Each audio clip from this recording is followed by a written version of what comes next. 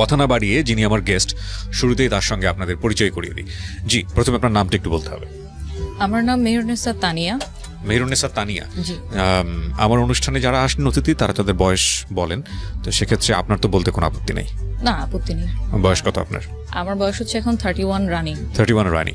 So Tania, আমরা এই অনুষ্ঠানটা যখন নির্মাণ করছি এই সময়ে আমাদের জীবন গল্প বলার ধরনটা একটু পরিবর্তন হয়ে গেছে। আমরা শুধুমাত্র রেডিও কেন্দ্রিক করি না, এটা আমরা অডিও ভিজুয়াল যে ব্যাপারটা থাকে, রাইট, আমরা সোশ্যাল মিডিয়াতেও এই কন্টেন্টগুলো নিয়ে এখন কাজ করছি। সো আপনার এই অনুষ্ঠানটা লক্ষ লক্ষ মানুষ দেখবে এবং সোশ্যাল মিডিয়াতেও অনেক অনেক মানুষ দেখার সুযোগ আছে।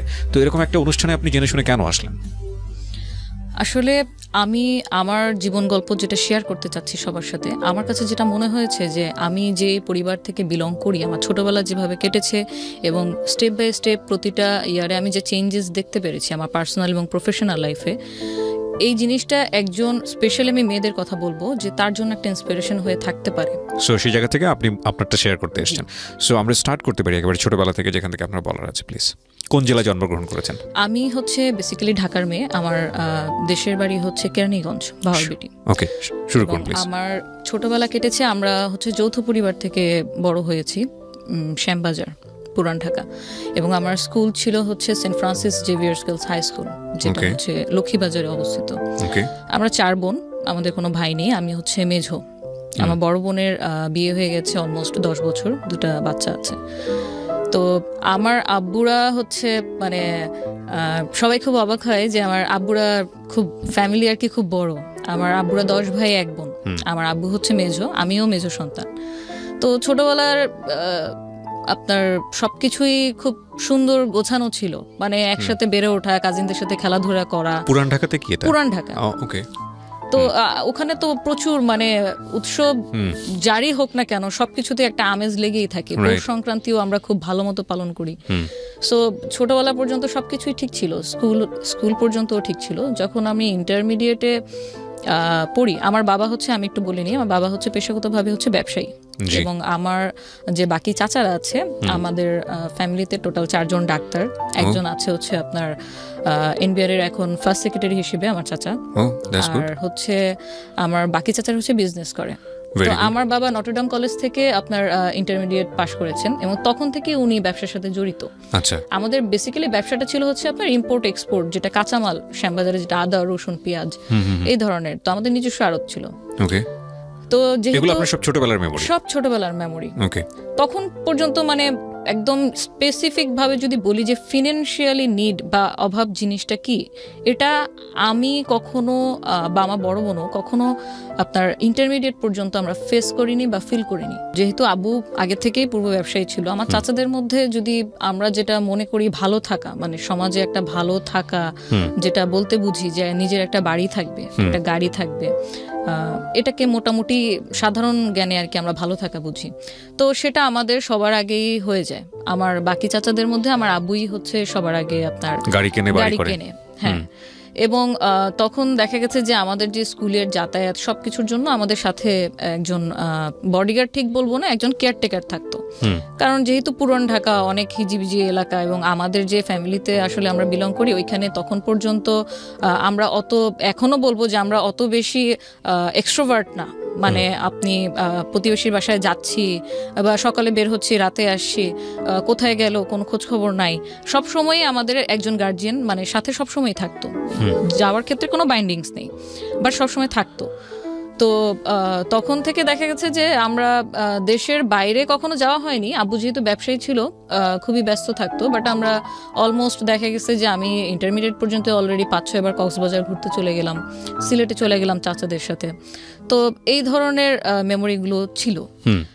আর আমাদের টিফিন কস্ট যেমন যদি বলি, আমারটা আমি আপনার স্কুলে যখন যাই, আমার যে ক্লোজ ফ্রেন্ড সার্কেল ছিল 5-6 জন, এদেরকে নিয়ে আমি কখনো একা খেতে পছন্দ করতাম না। তো পকেট মানি যেহেতু আব্বু দিত, তো তখন আব্বুর কাছে চেয়েই নিতাম যে আজকে আমরা এটা খাবো এটা খাবো। প্রতিদিনই দেখা গেছে যে আমরা টিফিন পিরিয়ডে তো টিফিন খাচ্ছি, দেন ছুটির পরেও আবার একটা আড্ডা হতো। তো এই নিয়ে মানে সবসময় হচ্ছে একটু দ্বিধাদ্বন্দ্বে থাকতো যে কি ব্যাপার, ছুটি হয়ে গেছে, তুমি এখনো বাসা থেকে স্কুল থেকে ফিরছো না? যে আব্বু আমি এখন খাচ্ছি, আমি খেয়েই চলে আসতেছি। ততক্ষণ পর্যন্ত কেয়ারটেকার আমাদের সাথে, মানে যেটাকে মনে হয় যে আপনার সোনার চামচ মুখে দিয়ে জন্মগ্রহণ করা, একদম ওই ট্রিটমেন্টটাই আমি ছোটবেলা থেকে পেয়েছিলেন। হ্যাঁ। তো যখন ইন্টারমিডিয়েটে ভর্তি হই, আমার ইন্টারমিডিয়েট ছিল আপনার মতিঝিল আইডিয়াল কলেজ। আমরা তখন আমাদের একটা নোয়া গাড়ি ছিল আর একটা পাজেরো ছিল, নোয়া এবং পাজেরো দুটা গাড়ি ছিল। তা আব্বু অ্যাজ ইউজুয়াল আগের মতোই ব্যস্ত। আমাদের যেহেতু ছোটবেলাটা থেকেই আমরা দেখেছি আব্বুকে একজন প্রতিষ্ঠিত ব্যবসায়ী হিসেবে, সো ওই বয়সে আসলে আব্বু কি ব্যবসা করছে, কার কার সাথে করছে, তার পার্টনার কয়জন, তার কত টাকা ঋণ আছে, বা তার কি কত টাকা সাকসেস আছে, তার ব্যাংক ব্যালেন্স কত, অ্যাসেট কি কি, এগুলো কিন্তু আমরা আসলে বুঝতে পারিনি, ইভেন কখনো জানতেও পারিনি। কারণ আব্বু যেহেতু খুব অল্প বয়স থেকে এন্টারপ্রেনার হয়ে গিয়েছিল, উনি বেসিক্যালি মেন ডিসিশনগুলো উনি একা একাই নিত। আর আমার আম্মুর কথা যদি বলি, আম্মু একান্তই পর্দানশীল এবং হচ্ছে আপনার ধার্মিক ছিল। সো আম্মুর সাথে আব্বু এই ধরনের ব্যবসায়িক আলাপচারিতা খুব একটা বেশি শেয়ার করতো না। আব্বুকে প্রায় দেখতাম যে হচ্ছে রাতে ঘুমাচ্ছে না, তো আমরা খুব মানে জিজ্ঞেস করতাম, জানার চেষ্টা করতাম, ঘুমের ট্যাবলেট নিচ্ছে, সবকিছু খাচ্ছে। আব্বুর আবার হার্টেরও প্রবলেম ছিল। মানে এরকম কখনো দেখেননি? এরকম কখনো দেখিনি, কারণ সবসময় ব্যস্ততার মধ্যেই কেটেছে। তো উনি যেহেতু মানে আমাদের সাথে কিছু শেয়ার করতো না, আমরা তখন বয়সে অনেক ছোট, মাত্র মানে মেট্রিক পরীক্ষা দিয়ে ইন্টারে ঢুকেছি, আমাদের সাথে তেমন কিছু শেয়ার করতো না। হয়তো এই সেন্স থেকেও করতো না যে ও তো মেয়ে মানুষ, ও তো আমার ছেলে না, হয়তো ছেলে হলে শেয়ার করতো, এরকম হতে পারে। তো অনেকদিন মানে এরকম জিজ্ঞাসাবাদের পর যখন ডাইনিং টেবিলে খেতে বসি, একদিন ফোনে কথা বলছে, তখন কনভারসেশন এই পাশ থেকে আমি যতটুকু শুনে বুঝলাম যে কোনো একটা কারণে উনি কাউকে একটা চেক দিয়েছে অন্য কারো গ্যারান্টার হয়ে, এবং সেই চেকটার টাকা অ্যাকচুয়ালি যার দেওয়ার কথা ছিল সে দিতে পারেনি। তখন আপনি ইন্টারে পড়েন?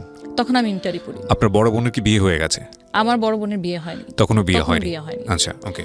তো আব্বুর যখন দেখলাম যে এই পাশ থেকে যখন শুনলাম যে এরকম কাউকে একটা চেক দিয়েছে, সেই চেকের এগেনস্টে এখন সে থ্রেট দিচ্ছে যে আপনি যদি টাকা গ্যারান্টার হয়েছেন, আপনি যদি না দেন তাহলে এটা তো আমরা কেস করে দিব। তো খুব বড় অ্যামাউন্টের, কোটি টাকার উপরে একটা চেক ছিল। তা এই অবস্থাতে যখন আব্বুকে আমি নিজে থেকে, আমি আব্বুর সাথে খুবই ফ্র্যাঙ্ক একদম ছোটবেলা থেকে। আমার ছোট বোনরা সবাই মানে আব্বুকে খুব ভয় করে বা শ্রদ্ধা করে, যেটাই করে, বাট আমি খুব ফ্র্যাঙ্ক। আমি সবসময় ওনার কোনো সমস্যা হচ্ছে কিনা বা আমার কোনো ডিমান্ড আছে কিনা এগুলো সবসময় সরাসরি বলতে পছন্দ করতাম। তো আব্বুকে যখন আমি সরাসরি জিজ্ঞেস করলাম যে হচ্ছে কোনো সমস্যা কিনা, তুমি কিসের চেকের ব্যাপারে কথা বলছিলাম, তো তখন বললো যে না কিছু না, এই একটু প্রবলেম হয়েছে আর কি। তো উনি এড়িয়ে যাওয়ার চেষ্টা করলো। তখন আমি বললাম না, তোমাকে আমি বেশ কিছুদিন ধরে দেখতেছি তুমি ঘুমাচ্ছ না, কেউ কি তোমাকে ফোনে কোনো থ্রেট করতেছে? বলে বলো, সলিউশন তো আছে। মানে বোনদের মধ্যে আপনি সবচেয়ে বেশি ফ্রি ছিলেন, মানে এই ধরনের কোশ্চেন তো বড় বোনের করার কথা। বড় বোনের করার কথা, এক্স্যাক্টলি, কিন্তু আমি আব্বুর সাথে বেশি ফ্র্যাঙ্কলি ছিলাম সব ব্যাপারে। তো আব্বু তখন বললো যে, তখন আমার সাথে শেয়ার করলো ঘটনা যে এরকম আমি তো একজনের উপকার করতে গিয়ে এখন আমি ফেসে গেছি। তো এখন দেখা যাচ্ছে যে ও টাকা তার দিচ্ছে না, এখন তারা আমাকে থ্রেট করছে যে হচ্ছে যদি না করি তাহলে চেকের মামলা হয়ে যাবে। এর মধ্যে একটা ছোট করে বলে রাখি, আমাদের মানে বিজনেস পারপাসে আব্বু ব্যাংক থেকে লোন নিয়েছিল বেশ কিছু অ্যামাউন্টের। তো ব্যাংক থেকে লোন নেওয়ার পরে সেই লোন এরকম বাড়তে বাড়তে বছরে বছরে বাড়তে বাড়তে প্রায় আপনার 24 কোটি টাকার কাছাকাছি চলে গিয়েছিল। ও, এটা আপনারা কেউ জানতেন না? আমরা জানতাম না, মাই গডনেস। কারণ এটা তো আমি যখন ছোট, আরো ছোট, তখন থেকে হচ্ছে। আচ্ছা, তখন থেকে হচ্ছে? হ্যাঁ, তখন থেকে অলরেডি হচ্ছে। মানে আমি ইন্টারের পরেই আমার মেন হচ্ছে আপনার মানে ক্রাইসিসটা শুরু হয়, সবকিছু আস্তে আস্তে খোলাসা হতে থাকে। ওই পর্যন্ত আমরা কিছুই জানতাম না। ওকে। তো আব্বু তখন বললো যে না, এরকম কিছু প্রবলেম হয়, সমস্যা নেই, আমি কথা বলে এটাকে আমি সর্ট আউট করে নিব। একদিন 2 দিন আবার গেল, 3 দিনের দিন আবার যখন দেখলাম এখনো তাকে ফোনে মানে কন্টিনিউ কিছু লোক মানে হয়তো হুমকি ধামকি দিচ্ছে, তখন আমি বললাম ব্যাপারটা আমি আবার আমার দাদার সাথে চাচাদের সাথে শেয়ার করার জন্য আব্বুরে বললাম যে আচ্ছা ঘটনাটা কি আমাকে বলো, আমরা কোন একটা সর্ট আউট তো করবো। এখন এখানে যদি তোমারও কোনো ফল্ট থেকে থাকে বা যারই ফল্ট, এটা একটা সর্ট আউট করতে হবে। এভাবে ঝগড়াঝাটি করে তো আসলে ঝামেলা বাড়বে, ঝামেলা কমবে না। তো ওইখান থেকে দেখা গেলো যে হ্যাঁ, আবু বললো যে অমুকের কাছ থেকে আমি চেকটা আমি দিয়েছিলাম, কিন্তু এখন তো ওই উল্টা আমাকে থ্রেট দিচ্ছে। তো এই জিনিসটা যখন আমি চাচাদের সাথে শেয়ার করি, তখন আমি শেয়ার করতে গিয়ে দেখলাম যে হচ্ছে মানে আমার মাথায় আকাশ ভেঙে পড়ার মতো এই জন্য আমি শেয়ার করতে গিয়েছিলাম ধরেন 5% একটা প্রবলেমের কথা, কিন্তু গিয়ে জানতে পারি অলমোস্ট 80% একটা প্রবলেম নিয়ে আমরা অলরেডি চলছি, মুভ করছি। মানে বিষয়টা হচ্ছে এরকম যে আমার শরীরের কোনো একটা জায়গায় ছোট্ট একটা কিছু হয়েছে বলে আমি ডাক্তারের কাছে গিয়েছি, কিন্তু গিয়ে দেখি যে ক্যান্সার হয়ে বসে আছে। সঠিক। হ্যাঁ। এবং যখন মানে দেখলাম যে আব্বু এত কিছু শুরু থেকে আমাদের কাছে মানে হাইডের পর হাইড করে আসতেছে, আমরা জানি না। আমাদের যে বাসাটা ছিল, নিজেদের বাড়ি ছিল যেটা শ্যামবাজারে 9 তলা বিল্ডিং ছিল, আব্বু পাকিস্তান থেকে মার্বেল পাথর ইম্পোর্ট করে ওই বাসাটা বানায়। My goodness. ওটার নিচেই আমাদের আড়ত ছিল। সেই বাসাটার এগেনস্টে অলরেডি আপনার মানে নিলামের নোটিশ চলে আসছে পত্রিকাতে, লোনের এগেনস্টে, যে যদি লোনটা শোধ না করেন টাইমলি। অলরেডি তো চেকের ব্যাপারটা ছিল একটা মাইনর জিনিস, বাট এটা যখন জানতে পারি যে পত্রিকাতে চলে আসছে নিলাম হবে, এটা তো মানে সেই লেভেলের একটা বদনাম। বিশেষ করে আমাদের মতো ফ্যামিলি, আমরা তো ওখানে আমাদের ব্যবসা, আমার দাদা 1964 থেকে ব্যবসা করে, সো ওখানে আমরা খুবই রিনোন। তো যখন এটা জানলাম আমার জাস্ট এটাই মনে হচ্ছিল যে তাহলে আমাদেরকে কেন বলা হয় নাই, আমরা তো অ্যাটলিস্ট হয়তো কিছু করতে পারতাম না, বাট একটা সাজেশন মেয়ে হিসেবে যতটুকু গাইডলাইন দেওয়ার কথা ততটুকু তো দিতে পারতাম, যতটুকুই নলেজে ছিল। তো এটা জানার পর তো তখন আব্বুকে গিয়ে আবার যখন বাসা ব্যাক করে আব্বুকে বললাম, আব্বু এই ঘটনা, তাহলে আমাদেরকে কিছু বলো নাই কেন? বলে তোরা টেনশন করবি এই জন্য বলিনি। তোরা টেনশন করবি, আমরা যে তোমার 4টা মেয়ে, আম্মু আছে, আমাদের যদি আজকে বাড়িটা মাথার উপর থেকে ছাদটা যদি সরে যায়, আমরা যাব কোথায়? তাহলে ফিউচার প্ল্যান কি? তোমার তো একটা ব্যাকআপ তো থাকবে, তুমি এত বছর ধরে বিজনেস করতেছো, তো সেখানে তো মানে কোনো একটা অ্যারেঞ্জমেন্ট তো থাকবে, হয়তো এফডিআর থাকবে, না তো অন্য কোথাও জায়গা কেনা থাকবে, কোনো ফ্ল্যাট কেনা থাকবে। আমাদের তাহলে সিকিউরিটি সিস্টেমটা কি ফিউচার? তার চেয়ে বড় কথা হচ্ছে তুমি কিভাবে এত টাকা মানে লস হলো তোমার, বা এত লোনটা কি কিসের জন্য হলো, এটার অ্যানসার কি দিয়েছিল সে? এটার অ্যানসার বলতে আব্বু যেহেতু অল্প বয়স থেকে ব্যবসা করছে, তো যখন দেখছে যে একটা বিজনেস করে ভালোই প্রফিট হচ্ছে, তখন একই সাথে আরো 3টা বিজনেস করে ফেলছে, এবং সবগুলোতে মোটামুটি ধরা গেছে। সবগুলোতে মোটামুটি যেমন প্রফিট করেছে। ব্যবসা আসলে হয় কি যে লাভ হলে 500 টাকা লাভ হয়, লস হলে বা 5000 টাকা একসাথেই লস হয়।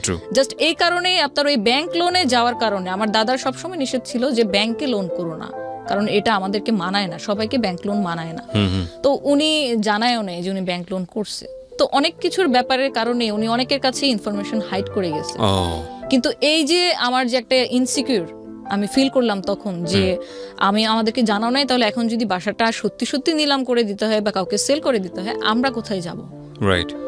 তখন আব্বুর কাছে এটার কোনো অ্যান্সার নেই। অ্যান্সার এই জন্য নাই যে উনি ভাবছে যে ব্যাংক ব্যালেন্স তো আছে, আমরা কোথাও না কোথাও যাব, কোথাও না কোথাও গিয়ে উঠবো।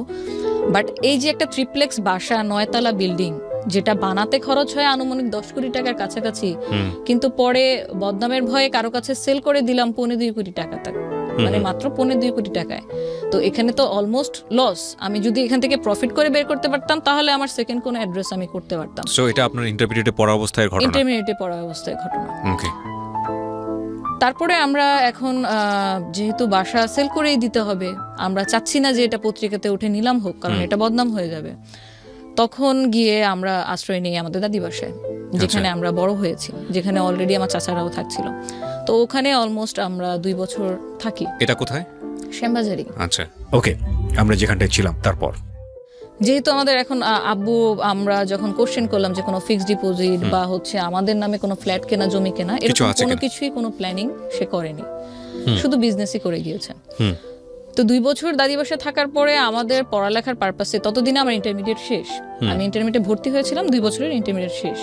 তখন আমি অনার্সে ভর্তি হবো ঢাকা সিটি কলেজে। তো ডিস্টেন্সটা অনেক বেড়ে যায়, যে এখান থেকে আবার ধানমন্ডি এসে ক্লাস করতে হবে। আমার বড় ততদিনে কি হয়েছে, আপনার বাবার বিজনেস সম্পূর্ণ গুটিয়ে নিয়েছে? তখন বিজনেস যেটা ছিল আমাদের আড়তের, সেটা সম্পূর্ণ নেই, এবং উনি ট্রাই করছিল ওনার যেটা আপনার ফিক্সড টাকা আছে সেটা দিয়ে নতুন কোনো ব্যবসা দাঁড় করানোর, পার্টনারশিপে অন্য কারোর সাথে। এরকম কন্টিনিউ উনি ট্রাই করে যাচ্ছে, যেটাই ট্রাই করছে সেটা ফল হচ্ছে, যেটাই ট্রাই করছে সেটা ফল হচ্ছে।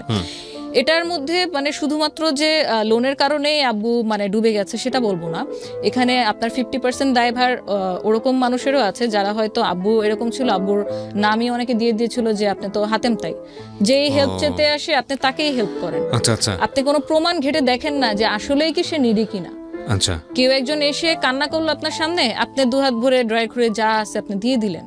তো এই যে আব্বুর অনেস্টির একটা মিসইউজ, এটা কিন্তু উনি আমাদেরকে না জানায় অনবরত করে গেছে। নয়তো একটা মানুষ এত বছর ব্যবসা করছে, এতগুলো টাকা ওনার মানে ওইখান থেকে রেভিনিউ আসছে, তাহলে টাকাটা নিয়ে কেন কোনো ফিউচার প্ল্যানিং হয়নি?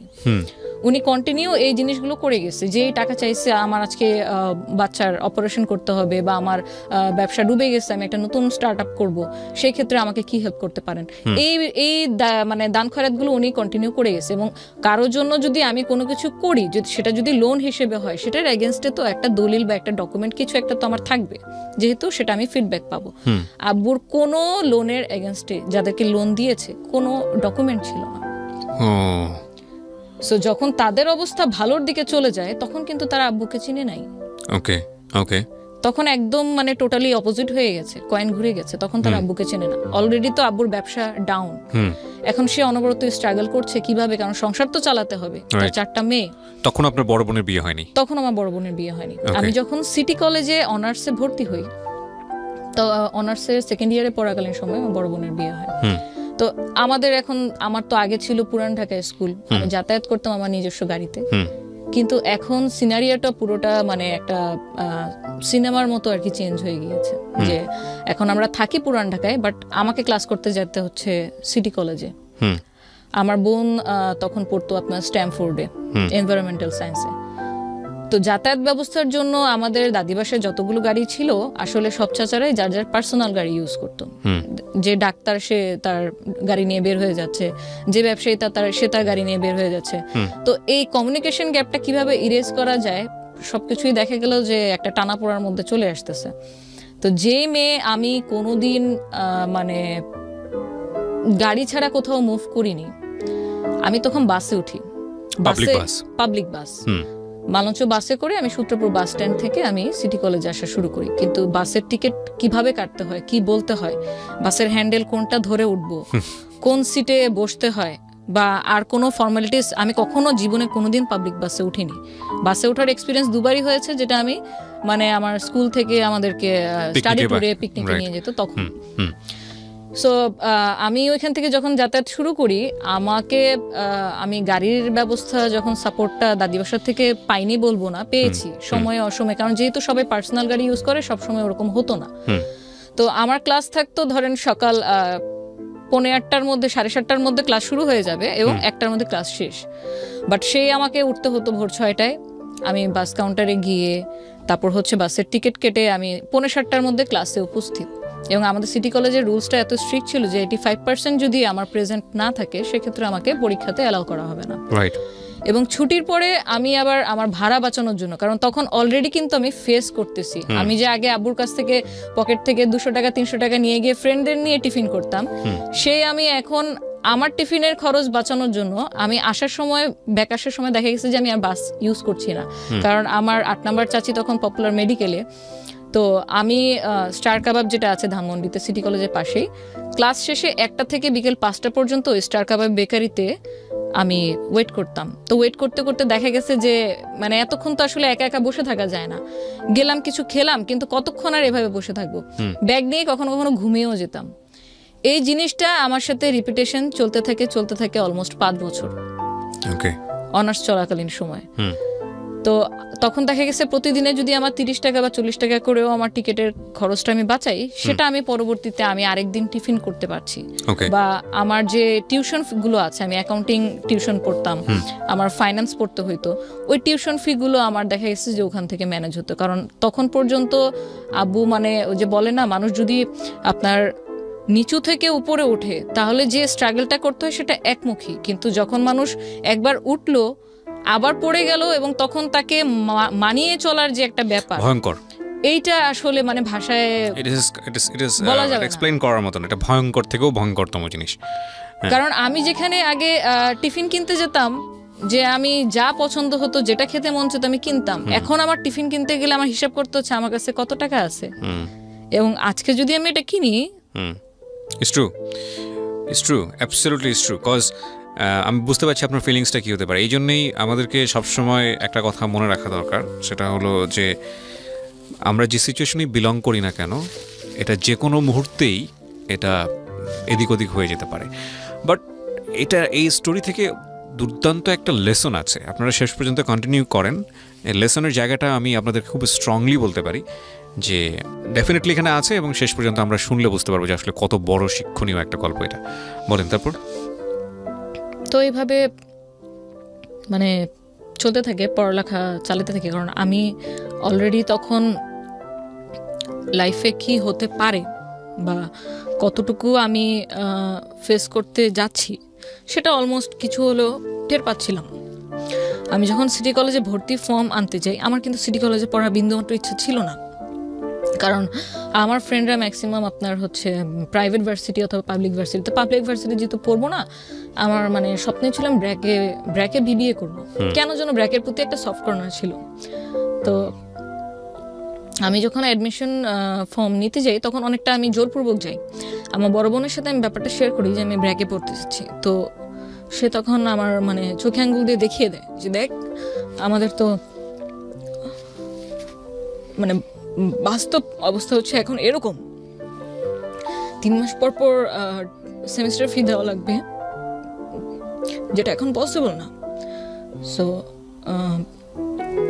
তোর পরে আরও 2টা বোন আছে, এখন খরচ টরচ যদি সব তোর মধ্যেই চলে যায় তাহলে বাকি 2টা বোনকে তো আর পড়ানো হবে না। So you sacrifice yourself. Yeah. Sorry. It's okay, take your time, no problem.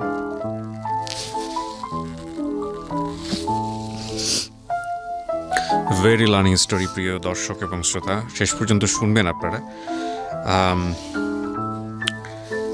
একটা মেয়ে বাংলাদেশে কি পারে এবং একজন নারী বাংলাদেশে কি পারে সেটা শিখতে হলে, জানতে হলে এই গল্পটা আমাদের শেষ পর্যন্ত শোনা উচিত।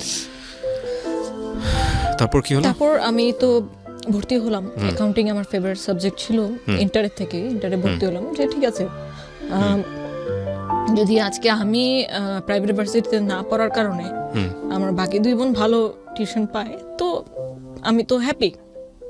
তো আমি ভর্তি হলাম, পড়ালেখার দিকে মনোযোগ দিলাম, কারণ যেহেতু আব্বুর অবস্থা এরকম, তখন পর্যন্ত উনি মানে ফিক্সড কোনো ইনকাম সোর্স বের করতে পারেনি। সেভিংস যা ছিল ওটাই ভেঙে এভরি সিঙ্গেল মোমেন্টসে আমরা চলতেছি। ফ্যামিলিতে একটা আর্থিক টেনশন, কি হবে এরকম একটা ব্যাপার, ফিউচারটা কোন দিকে যাবে, 4টা বোন এবং বাবার এই অবস্থা। তারপর আমি অনার্স কন্টিনিউ করছি, টিউশন এদিক দিয়ে কন্টিনিউ করছি। আমরা একটা পর্যায়ে ফিল করলাম যে এইভাবে আসলে এত দূর থেকে বোনদের যাতায়াত করা, আমার ছোট বোন, আমার ইমিডিয়েট ছোট বোন যে ছিল সে হচ্ছে আবার আপনার গুলশান মানারাত স্কুলে তাকে দিলাম, ইংলিশ মিডিয়ামে আমার একদম ছোটটা। আর ইমিডিয়েট যেটা ছিল সে ঢাকা কমার্স কলেজে। তো প্রত্যেকটা ইনস্টিটিউশনই আমাদের পুরান ঢাকা থেকে খুব দূরে। তো পড়াশোনার তাগিদেই মেইনলি আমরা তখন মোহাম্মদপুর শিফট হয়ে যাই। ওকে। মোহাম্মদপুর শিফট হওয়ার পরে আমার বড় বোনের বিয়ে। মোহাম্মদপুর যে শিফট হয়ে আমরা যে বাসাটায় উঠি ইকবাল রোডে, বাসা ভাড়া ছিল মান্থলি 50,000 টাকা, এবং আপনার সার্ভিস চার্জ বাকি অ্যাডিশনাল ইউটিলিটি সবকিছু মিলে অলমোস্ট আরো 5,000, মানে 55,000 টাকার মান্থলি। মানে এখানে একটা আমাদের প্রশ্ন আসতে পারে দর্শকদের, যে যেহেতু আপনাদের ওই পরিমাণ এফোর্ট ছিল না, তাহলে এত হাইলি মানে ভাড়া দিয়ে এত দামি বাসায় কেন ওঠা দরকার? আচ্ছা, এই ব্যাপারটা টোটালি মানে আমি ব্লেম ঠিক বলবো না, মানে ডিসিশন মেকার ছিল আমার আব্বু। আচ্ছা, আমার আব্বু সবসময় আমাদেরকে যেভাবে লালন পালন করে মানে বড় করেছে ওটাই রাখতে চাইতো। মানে আমার মেয়েরা কষ্ট করবে, তাদের কষ্ট হবে। ইভেন আমি যে বাস জার্নি করি এটা আব্বুর পছন্দ ছিল না। আব্বু চাইতো যে আমি সবসময় সিএনজি দিয়ে আসি, কিন্তু আমি তো জানি, আমি তো ক্যালকুলেট অলরেডি করছি যে আমি যদি প্রতিদিন পুরান ঢাকা থেকে 300-350 টাকা সিএনজি ভাড়া দিয়ে আসি, তাহলে আমার মান্থলি আমার পিছনে শুধু সিএনজি ভাড়া কত চলে যাচ্ছে।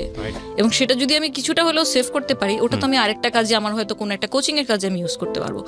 তো সেই জন্য দেখা গেছে আমি কোনো না কোনো ভাবে ওনাকে কনভিন্স করে নিয়েছি। আব্বু কখনো চাইনি যে আমরা যেখানে আমরা ট্রিপ্লেক্স বাসায় থেকে অভ্যস্ত সেখান থেকে সরাসরি একটা ফ্ল্যাটে চলে আসলাম, একটা 1400 স্কয়ার ফিট ফ্ল্যাটে, যেখানে আমার আব্বুর টোটাল মানে সংসার জীবনের যা কিছু ছিল অলমোস্ট আপনার মানে ওখান থেকে 60% সেল করে দিয়েছে, নয়তো কাউকে দান করে দিয়েছে, কারণ সব জিনিস তো আর মুভ করা সম্ভব হবে না। তো একটা ফ্ল্যাটের মধ্যে আমরা উঠলাম ইকবাল রোডে।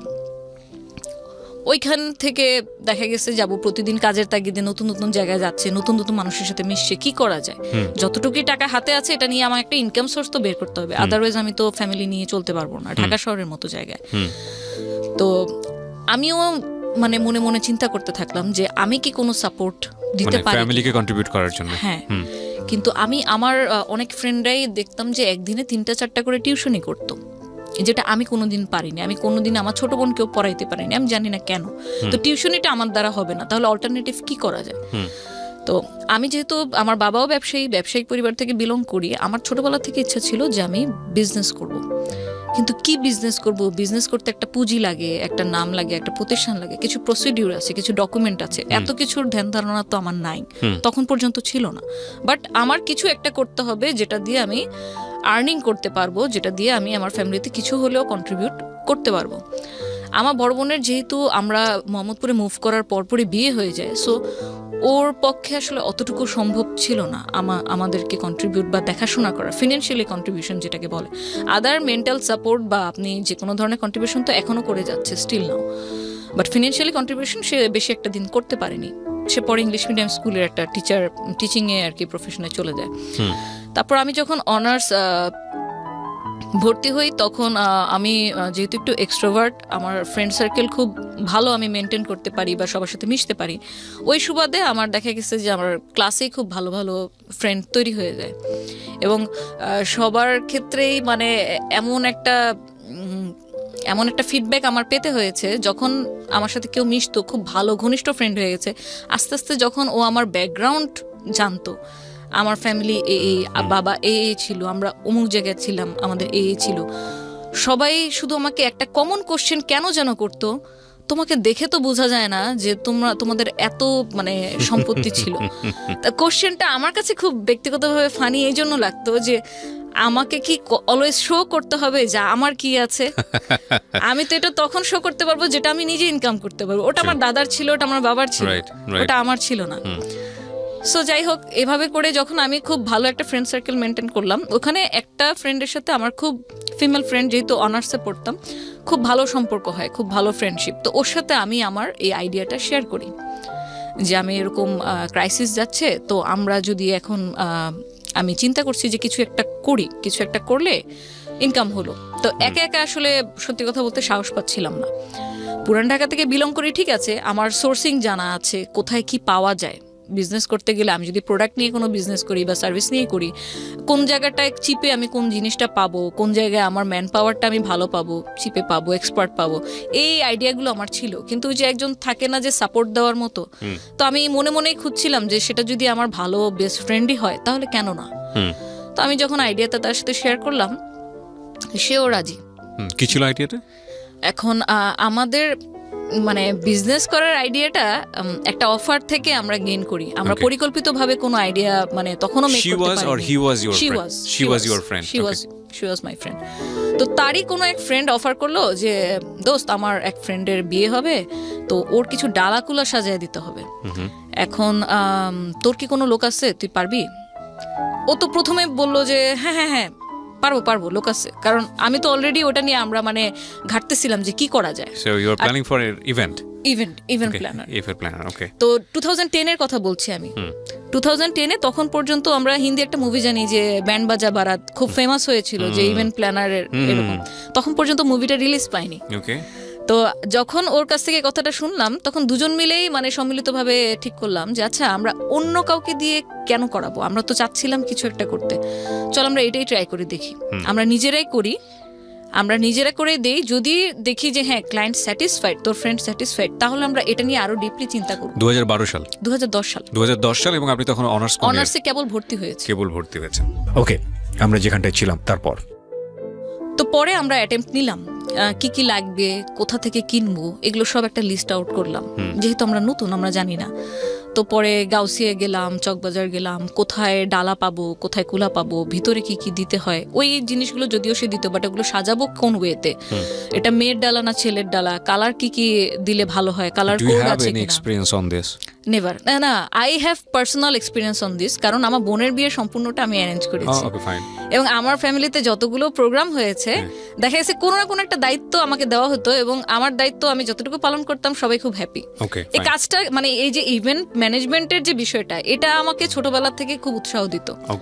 তো মেন্টালি একটা প্রিপারেশন ছিল যে এই টাইপের কিছু করব, বাট এরকম অফারটা সামনে থেকে আসাতে আমার জন্য খুব ইজি হয়ে গেছে ওটাকে গ্র্যাব করা। তো পরে আমরা ওটা করলাম, ওটাতে সাকসেসফুল হলাম, দেন আমরা আরো ডিপলি প্ল্যানে গেলাম। কত টাকা পেলেন ওখানে আমাদের প্রফিট ছিল 1500 টাকা। ওকে, আমরা কিছু ডালাকুলা 4-5টার মতো ডালাকুলা ওদেরকে সাজিয়ে দিই, মানে আমাদের প্রফিট ছিল 1500 টাকা। 1500 টাকা পেয়ে আমরা তখন মহা খুশি, কারণ এটা লাইফের আমার মানে ফার্স্ট ইনকাম। তো তখন প্ল্যান করি এটাকে নিয়ে আরো ডিপলি কি করা যায়। এই করতে করতে আমরা একটা লিস্ট তৈরি করলাম যে ইভেন্ট ম্যানেজমেন্টে কি থাকে, আমরা কতটুকু সাপোর্ট দিতে পারবো, আর আমরা এটাকে প্রচার করব কিভাবে, মানুষকে জানাবো কিভাবে যে আমরা এই কাজ করি, আর আমাদের কাজগুলো করে দিবে কে। এই টোটাল জিনিসটা মানে লিস্ট আউট করলাম। আমি যেহেতু তখন একদমই মানে নিউবি, বিজনেস মানে এন্টারপ্রেনার হিসেবেই নিউবি, সো ওর সাথে যে আমার যে একটা বেস্ট ফ্রেন্ডের রিলেশন, এটাই আমার কাছে তখন মুখ্য বিষয়। পার্টনারশিপ করতে গেলে যে এখানে কোনো ডকুমেন্ট করতে হবে, এডিট করতে হবে, এই ধরনের কিন্তু কোনো আইডিয়াই ছিল না। থাকাটাই আমার কাছে মনে হচ্ছে অপ্রাসঙ্গিক। বিকজ আমার জায়গা থেকে যেটা মনে একটা প্রতিষ্ঠান করতে গেলে, আমি এখানে শেয়ার করছি, অনেক কিছু প্রয়োজন হয়, গভর্নমেন্ট ডকুমেন্টের অনেক কিছু প্রয়োজন হয়, কিন্তু এটা আসলে আমাদের যখন আমরা ল্যান্ডে নামি তখনই জানতে পারি, রাগ পর্যন্ত জানার ওইভাবে আসলে সুযোগও নাই। হ্যাঁ বলেন তারপর। সঠিক। তো পরে যেহেতু ওর সাথে আমার বিশ্বাসের সম্পর্ক, এর চেয়ে বেশি আমি আর কিছু বলতে পারবো না, মানে যেখানে একদম অটুট বিশ্বাস, সে বিশ্বাস নিয়ে আমরা আগাই। ওর সাথে আমি পার্টনারশিপ করি, আমরা 50-50% নিতাম। তো আমিও খুঁজে খুঁজে ওকে নিয়ে একদম প্রত্যেক জায়গায় ঘুরি, যে আমাদের যদি ওয়েডিং এর কাজ আসে আমরা কোন কারিগর দিয়ে করাবো। তখন আমরা বিভিন্ন মার্কেটে যাই, মার্কেটে গিয়ে কারা কারা এই কাজগুলো করছে, কারা কোন রেটে দিচ্ছে, একই ডিজাইন আমরা দেখা গেছে যে ট্যাবলেটে নিয়ে বা মোবাইলে নিয়ে 10টা দোকানে দেখাচ্ছি। তো যে কারিগর রেটটা কম দিচ্ছে, তুলনামূলকভাবে তার কাজের মান ভালো, আমরা আবার বিভিন্ন ভেন্যুরে কি করতাম, সাপোজ যে ওনারই কোনো ইভেন্ট চলছে, উনি হয়তো অফার দিল, ম্যাডাম আপনি যদি আমার কাজ দেখতে চান আইসেন। তো গিয়ে আমরা তখন দেখলাম যে হ্যাঁ ওনার কাজটা মোটামুটি কোয়ালিটিফুল, এটা আমি আমার ক্লায়েন্টকে দিতে পারি। তো এরকম ভাবে বিভিন্ন জাস্টিফিকেশন করে আমরা একটা টিম ক্রিয়েট করি, যে আমাদের ওয়েডিং এর কাজ হলে ওকে দিয়ে করাবো, বার্থডের কাজ হলে ওকে দিয়ে করাবো, আর এই যে কনসালটেন্সির যে জিনিসটা, এটাই থাকবে আমাদের প্রফিট। এবং এই পার্টটাতে দেখা গেছে যে টোটাল ক্লায়েন্টের সাথে যত ধরনের ডিলিংস, এই টোটালটাই আমার ফ্রেন্ড করছে, যে ক্লায়েন্টের সাথে যোগাযোগ করা, ফেসবুকে কেউ মেসেজ দিল তাকে রিপ্লাই দেওয়া। আমরা জাস্ট একটা ইনিশিয়াল ভাবে 22,000 টাকার একটা ইনভেস্টমেন্ট নিয়ে নামি, এবং তখন যেহেতু ডিজিটাল মার্কেটিংটা কি এই ব্যাপারে কোনো জ্ঞান ছিল না, শুধু জানতাম কি ব্যবসা মানে হয়তো ফেসবুকে একটা পেজ খুললেই হয়ে যায়। তো এই 22,000 টাকা দিয়ে আমরা ভিজিটিং কার্ড করি, আমরা আমাদের বিভিন্ন ভলেন্টিয়ার করব, তাদেরকে দিয়ে লিফলেট বিলি করাবো বিভিন্ন কলেজের সামনে, স্কুলের সামনে, কোচিং এর সামনে, ওদের জন্য টি শার্ট বানাই, লিফলেট বানাই। প্রতি শুক্রবারে জুম্মার সময় আমরা ওইখানে মসজিদের সামনে লিফলেট বিলি করাই। ইভেন কখনো এমনও হয়েছে যে আমি আর ও সরাসরি নিজেই দাঁড়িয়ে লিফলেট দিচ্ছি, যেটা আমার ফ্যামিলিতে কেউ কোনোদিন, মানে আজকে যা আমি বলবো তা হয়তো আমার ফ্যামিলির মানুষ আজকেই আমার কাছ থেকে প্রথম শুনবে, তার আগ পর্যন্ত শুনে নেই। তো বসুন্ধরা সিটির মতো মার্কেট, বসুন্ধরা সিটির সামনে দাঁড়িয়ে আমি মানে নিজে দাঁড়িয়ে লিফলেট বিলি করেছি, কারণ তখন যদি আমার জায়গায় আমি আরেকটা ভলেন্টিয়ারকে নিয়োগ করি, তাকে তো কিছু একটা টাকা আমাকে দিতে হবে। তো এভাবে করে মার্কেটিং যখন আমরা করি, আমরা লাকি ছিলাম যে আমরা আমাদের উদ্যোগটা নিয়ে ফেব্রুয়ারি মাসে, যখন অলমোস্ট বিয়ের একটা আমেজ চলে, প্রথম অবস্থাতে আমরা 2-3 জন ফ্রেন্ড সার্কেল থেকে আমরা কাজ পেয়ে যাই। তখন পর্যন্ত নাম দেওয়া হয়নি প্রতিষ্ঠানের নাম, আমরা ভার্বালি একটা দিয়েছি, যেটা ফেসবুক পেজে ছিল, রোজ পেটাল ডেকোর, এই নামে আমাদের ফেসবুক পেজটা ছিল। তো তখন তো ইন্টারনেট বলতে যা বুঝি, আমার বাসায় যেহেতু পার্সোনালি 94 থেকে আমি কম্পিউটার ইউজ করি, তো ইন্টারনেটে ব্রাউজিং কিভাবে কোন ওয়েবসাইটে করব, কি কি পাওয়া যায়, মোটামুটি আমার ভালো একটা জ্ঞান ছিল। তো স্যাম্পল ডেকোরেশন, স্যাম্পল 1, স্যাম্পল 2, যেহেতু আমি কোনো কাজ করিনি, আমি নতুন, আমার নিজের কোনো পোর্টফোলিও নেই, তো ওরকম করে আমি কিছু ডিজাইন নামিয়ে আমরা আমাদের পেজটা সাজাই, যে আপনি যদি কোনো কাজ করাতে চান আমরা এরকম করে দিতে পারবো। ফেসবুকে অনলি ফেসবুকে, আমাদের কোনো ওয়েবসাইটও ছিল না। তো পরে ওখান থেকে কিছু কাজ আসে, আমি যে অলরেডি কাজ শুরু করে দিলাম, আমি কাজ করছি, উইদিন 6 মান্থ আমার বাসায় কেউ জানতো না। এবং এটার কারণটা যদি বলি, আমি জানতাম যে এটা আমার বাসায় অ্যাকসেপ্ট করবে না। ইভেন্ট ম্যানেজমেন্ট জিনিসটা আসলে কি, ইভেন্ট প্ল্যানার বলতে আমরা কি বুঝি, এটা আমার মনে হয় যে এখন পর্যন্ত এই 2020-তেও আপনার 40% মানুষের মনে হয় কোনো আইডিয়া নেই। ইভেন্ট ম্যানেজমেন্ট জিনিসটা আসলে এখন পর্যন্ত প্রায় 40%-এর মানুষ অ্যাকুরেট বোঝে না যে ইভেন্ট ম্যানেজমেন্টটা কি।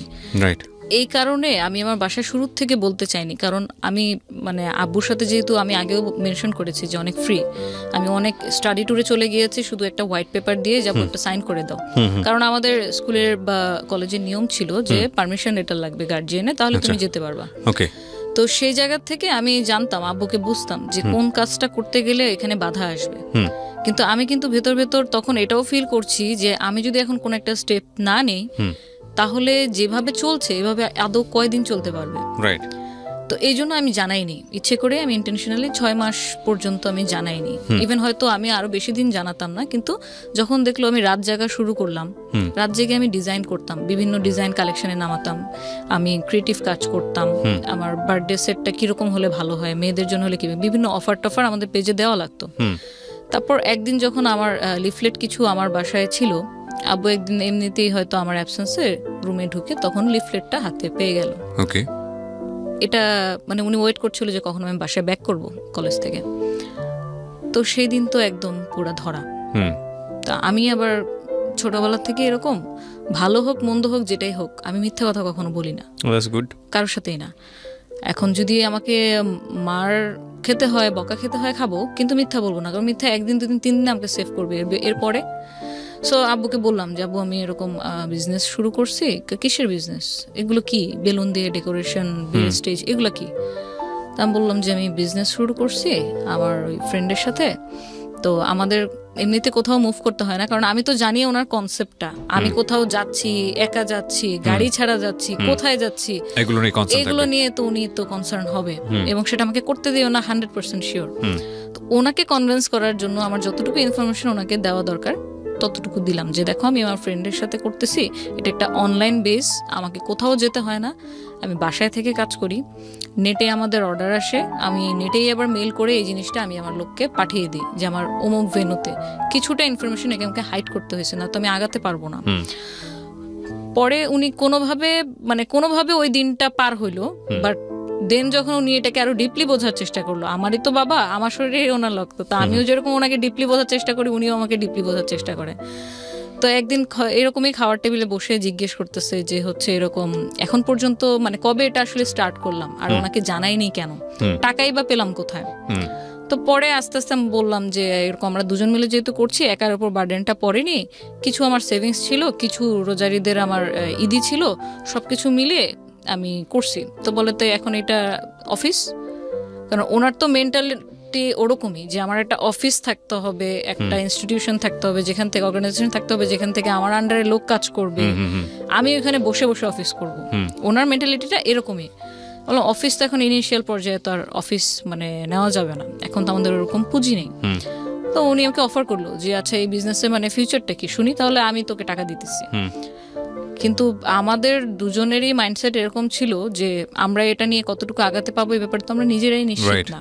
সো হোক সেটা বাবার টাকা, কিন্তু অলরেডি আমি একটা ক্রাইসিস পজিশনে আছি, আমার বাবার টাকার প্রত্যেকটা টাকা কিভাবে একদম 100% ইউটিলাইজ করা যায় সেই চেষ্টাতেই আছি। সো এখান থেকে আমরা কোনো সাপোর্ট নিব না, ওর ফ্যামিলি থেকে কোনো সাপোর্ট নেয়নি, আমিও নেইনি। তাবুকে বললাম যদি লাগে আমি চেয়ে নিব।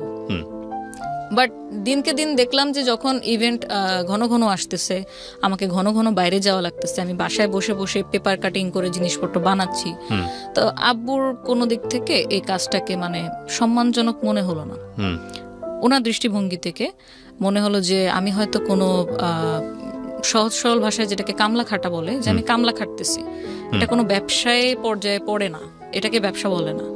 আচ্ছা, তো আব্বুর কাছে এই কাজটা তখন যেটা বুঝলাম যে সম্মানজনক মনে হচ্ছে না, কারণ উনি তো দেখে আসছে, নিজেও ব্যবসা করে আসছে, যে একটা অফিস থাকবে, সাথে কিছু অ্যাসিস্ট্যান্ট থাকবে, ওখানে বসে অফিস করবে, মানে কাজের লেভেলটাই অন্যরকম। বাট যখন দেখতেছে যে আমি ক্লায়েন্ট থেকে অর্ডার নিচ্ছি ঠিকই, কিন্তু আমি বাসায় বসে অনলাইনে চ্যাটিং করছি, বা হচ্ছে আমার হাতে করার যে কাজগুলা, বেলুন দিয়ে কোনো কাজ বা হ্যান্ডিক্রাফট আইটেম, এগুলো নিজে বাসায় বসে বসে করছি, স্টিকার কাটছি, তখন এই জিনিসটা ওনার কাছে মানে ভালো লাগলো না, যে আমার মেয়ে কেন, আমার মেয়ে কেন এই ধরনের কাজ করবে, এটা কি কোনো কাজের মধ্যে পড়ে নাকি। আমাকে পরে এক পর্যায়ে এরকম অফার করে বসলো যে তোমার মান্থলি কত টাকা লাগবে, তুমি বাসায় বসে থাকো, আমি তোমাকে টাকা দিচ্ছি। দ্য থিং ইজ দ্যাট আপনি তো এখনো বিয়ে করেননি। না, আমি বাবা, হ্যাঁ, আমার একটা মেয়ে আছে 3 বছর বয়স ক্রস করেছে। আপনার বাবার ব্যাপারটা আমি ফিল করতে পারি, মানে আপনি যেটা বলছেন সেটা 100% রাইট। মানে আমার মেয়ে হলেও আমি খুব টেনশনে থাকতাম। এটাকে আসলে নেগেটিভলি নেওয়ার কিছু নাই, but it happen in family, right? Okay, বলেন তারপর। তো তারপর যখন আমাকে মানে যখন দেখলো আমি কাজে খুব মশগুল হয়ে যাচ্ছি, খুব ডিপলি কাজটা, মানে আমার পড়াশোনার ক্ষতি করে না, বাট আমি কাজটাকে খুব পছন্দ করছি, যত দিন যাচ্ছে আমি এটাতে বেশি ইনভলভ হয়ে যাচ্ছি। আগে হয়তো মান্থলিতে একটা কাজ করতাম বা 2টা, এখন এমনও হয়েছে যে এটা অলমোস্ট আমার 1 বছর হয়ে গেছে, 1 বছর 1.5 বছর রানিং আমার ব্যবসার। তো তখন দেখা গেছে যে আমার একটু বেশি বেশি অর্ডার আসতেছে, তখন অফ সিজনেও আমি কাজ করতেছি। আমাকে পেমেন্ট দেওয়ার জন্য বাসায় বিভিন্ন লোক আসতেছে, হয়তো নিচে দাঁড়াচ্ছে যে ম্যাডাম পেমেন্টটা নিয়ে আসছি, এটা একটু কালেক্ট করার জন্য। তো এই যে লোকজন আসতেছে, আব্বুর এটাও টেনশন হয় একজন বাবার দৃষ্টিকোণ থেকে, যে এই যে লোকটা আসলো তার ব্যাকগ্রাউন্ড কি, সে জাজ করতেছে যে হচ্ছে এখন তো মানে আজকে হয়তো সে তোর আন্ডারে আছে, হয়তো ওয়ার্কার বেসিসে আছে, দিনমজুর হিসেবে আছে, কিন্তু এটা কি অ্যাকচুয়ালি মানে ভালো কিনা লোকটার। মানে আমরা যখন কাউকে এমপ্লয়েড করি তখন তো তার সিভি নেই বা কিছু নেই, বাট আমার তো ওদেরকে আসলে হাজিরা বেসিসে কাজ করা। ওর ব্যাকগ্রাউন্ড সম্পর্কে সত্যি কথা বলতে একটা এনআইডি কার্ডও আমার ছিল না। সো আব্বুরও এই কনসার্ন থাকাটা মানে ঠিক ওনার জায়গা থেকে। তো যখন দেখলাম বেশি বেশি ইনভলভ হচ্ছি, তখন আমাকে একটা পর্যায়ে অফারই করে বসলো যে হচ্ছে দেখো তুমি এরকম প্রতিদিন বাইরে যাও, বিভিন্ন ভেন্যুতে যাও, এই যে ভেন্যুতে দাঁড়ায় থাকো, মানুষ আসে কোশ্চেন করে তোমাকে, এটা এরকম কেন হয়েছে, এটা ঠিক করে দেন, একটা পেইন নেওয়া, মানুষের কথা শোনা, আবার একদম লাস্ট পর্যন্ত থেকে তাদেরকে হ্যান্ড ওভার করে দেওয়া। কেউ কেউ অনেকে বিলও কম দিচ্ছিল তখন প্রথম যে ডিড হয়েছে সাপোজ কথার কথা যে 20,000 টাকা কোনো একটা কাজ, সেখান থেকে আমাকে দেখা গেছে যে 5,000 টাকা কেটে দিচ্ছে, 2,000 টাকা কেটে দিচ্ছে। তো এই জিনিসগুলা উনি তো ওনার জায়গা থেকে কিছু হলেও বুঝতে পারতেছিল, কারণ অ্যাকচুয়ালি আমি তো একদম মানে কাদামাটি থেকে গড়ে ওঠা মানুষ। সো তখন বলো যে তোমার মান্থলি কত টাকা হাত খরচ লাগবে বলো, আমি তোমাকে দিচ্ছি, কিন্তু তুমি এই কাজটা অ্যাটলিস্ট করো না, আমার মান সম্মানটা কিছু হইলেও রাখো। ওনার খুব মানে প্রেস্টিজে লাগলো যে আমি এই ধরনের কাজ কেন করছি। এই জায়গা থেকে মেন কনফ্লিক্টটা আব্বুর সাথে আমার শুরু হয়। আমি হচ্ছে যে না, আমি করব কাজ, কোনো কাজকে আসলে ছোট করে দেখা যাবে না। আমার দাদার সিম্পল একটা ব্যাকগ্রাউন্ড যদি বলি, উনি কিন্তু পাকিস্তান 1964 থেকে উনি বিজনেস করে, কিন্তু উনি কি এক লাফে শিল্পপতি হয়ে গেছে তা তো না। ওনার কিন্তু একটা স্ট্রাগল ছিল, সাইকেল চালিয়ে হাটে পান নিয়ে চলে যেত, পাকিস্তান বর্ডারে পান বিক্রি করত, গামছা বিছিয়ে কলা বিক্রি করত। যখন আপনার দোকান ছিল আড়তে, আমাদের প্রথম আড়ত, তখন আমার দাদা কখনো এটা চিন্তা করেনি যে হচ্ছে আমার আজকে যদি আমি মজুদ, এখন আমরা রিসেন্টলি যেটা দেখি পেঁয়াজের দাম কেন বেড়ে যায়, আদার দাম কেন বেড়ে যায়, আমার দাদা কখনো মজুদ করে রাখতো না। ওনার হিসাব ছিল আমার আজকে খাবারের মতো টাকা উঠে গেছে, আমি শাটার বন্ধ করে বাসায় যেয়ে ফ্যামিলিকে টাইম দিব। সো ওই জিনিসটা না আমার ভিতরেও কাজ করতো, যে যদি আমার দাদা কলা বিক্রি করতে পারে, উনি যদি পান বিক্রি করতে পারে মানুষের কাছে, দেন তো ইম্পোর্ট ব্যবসা শুরু করলো। কি ছিল মানে কি করেছিল শেষ পর্যন্ত?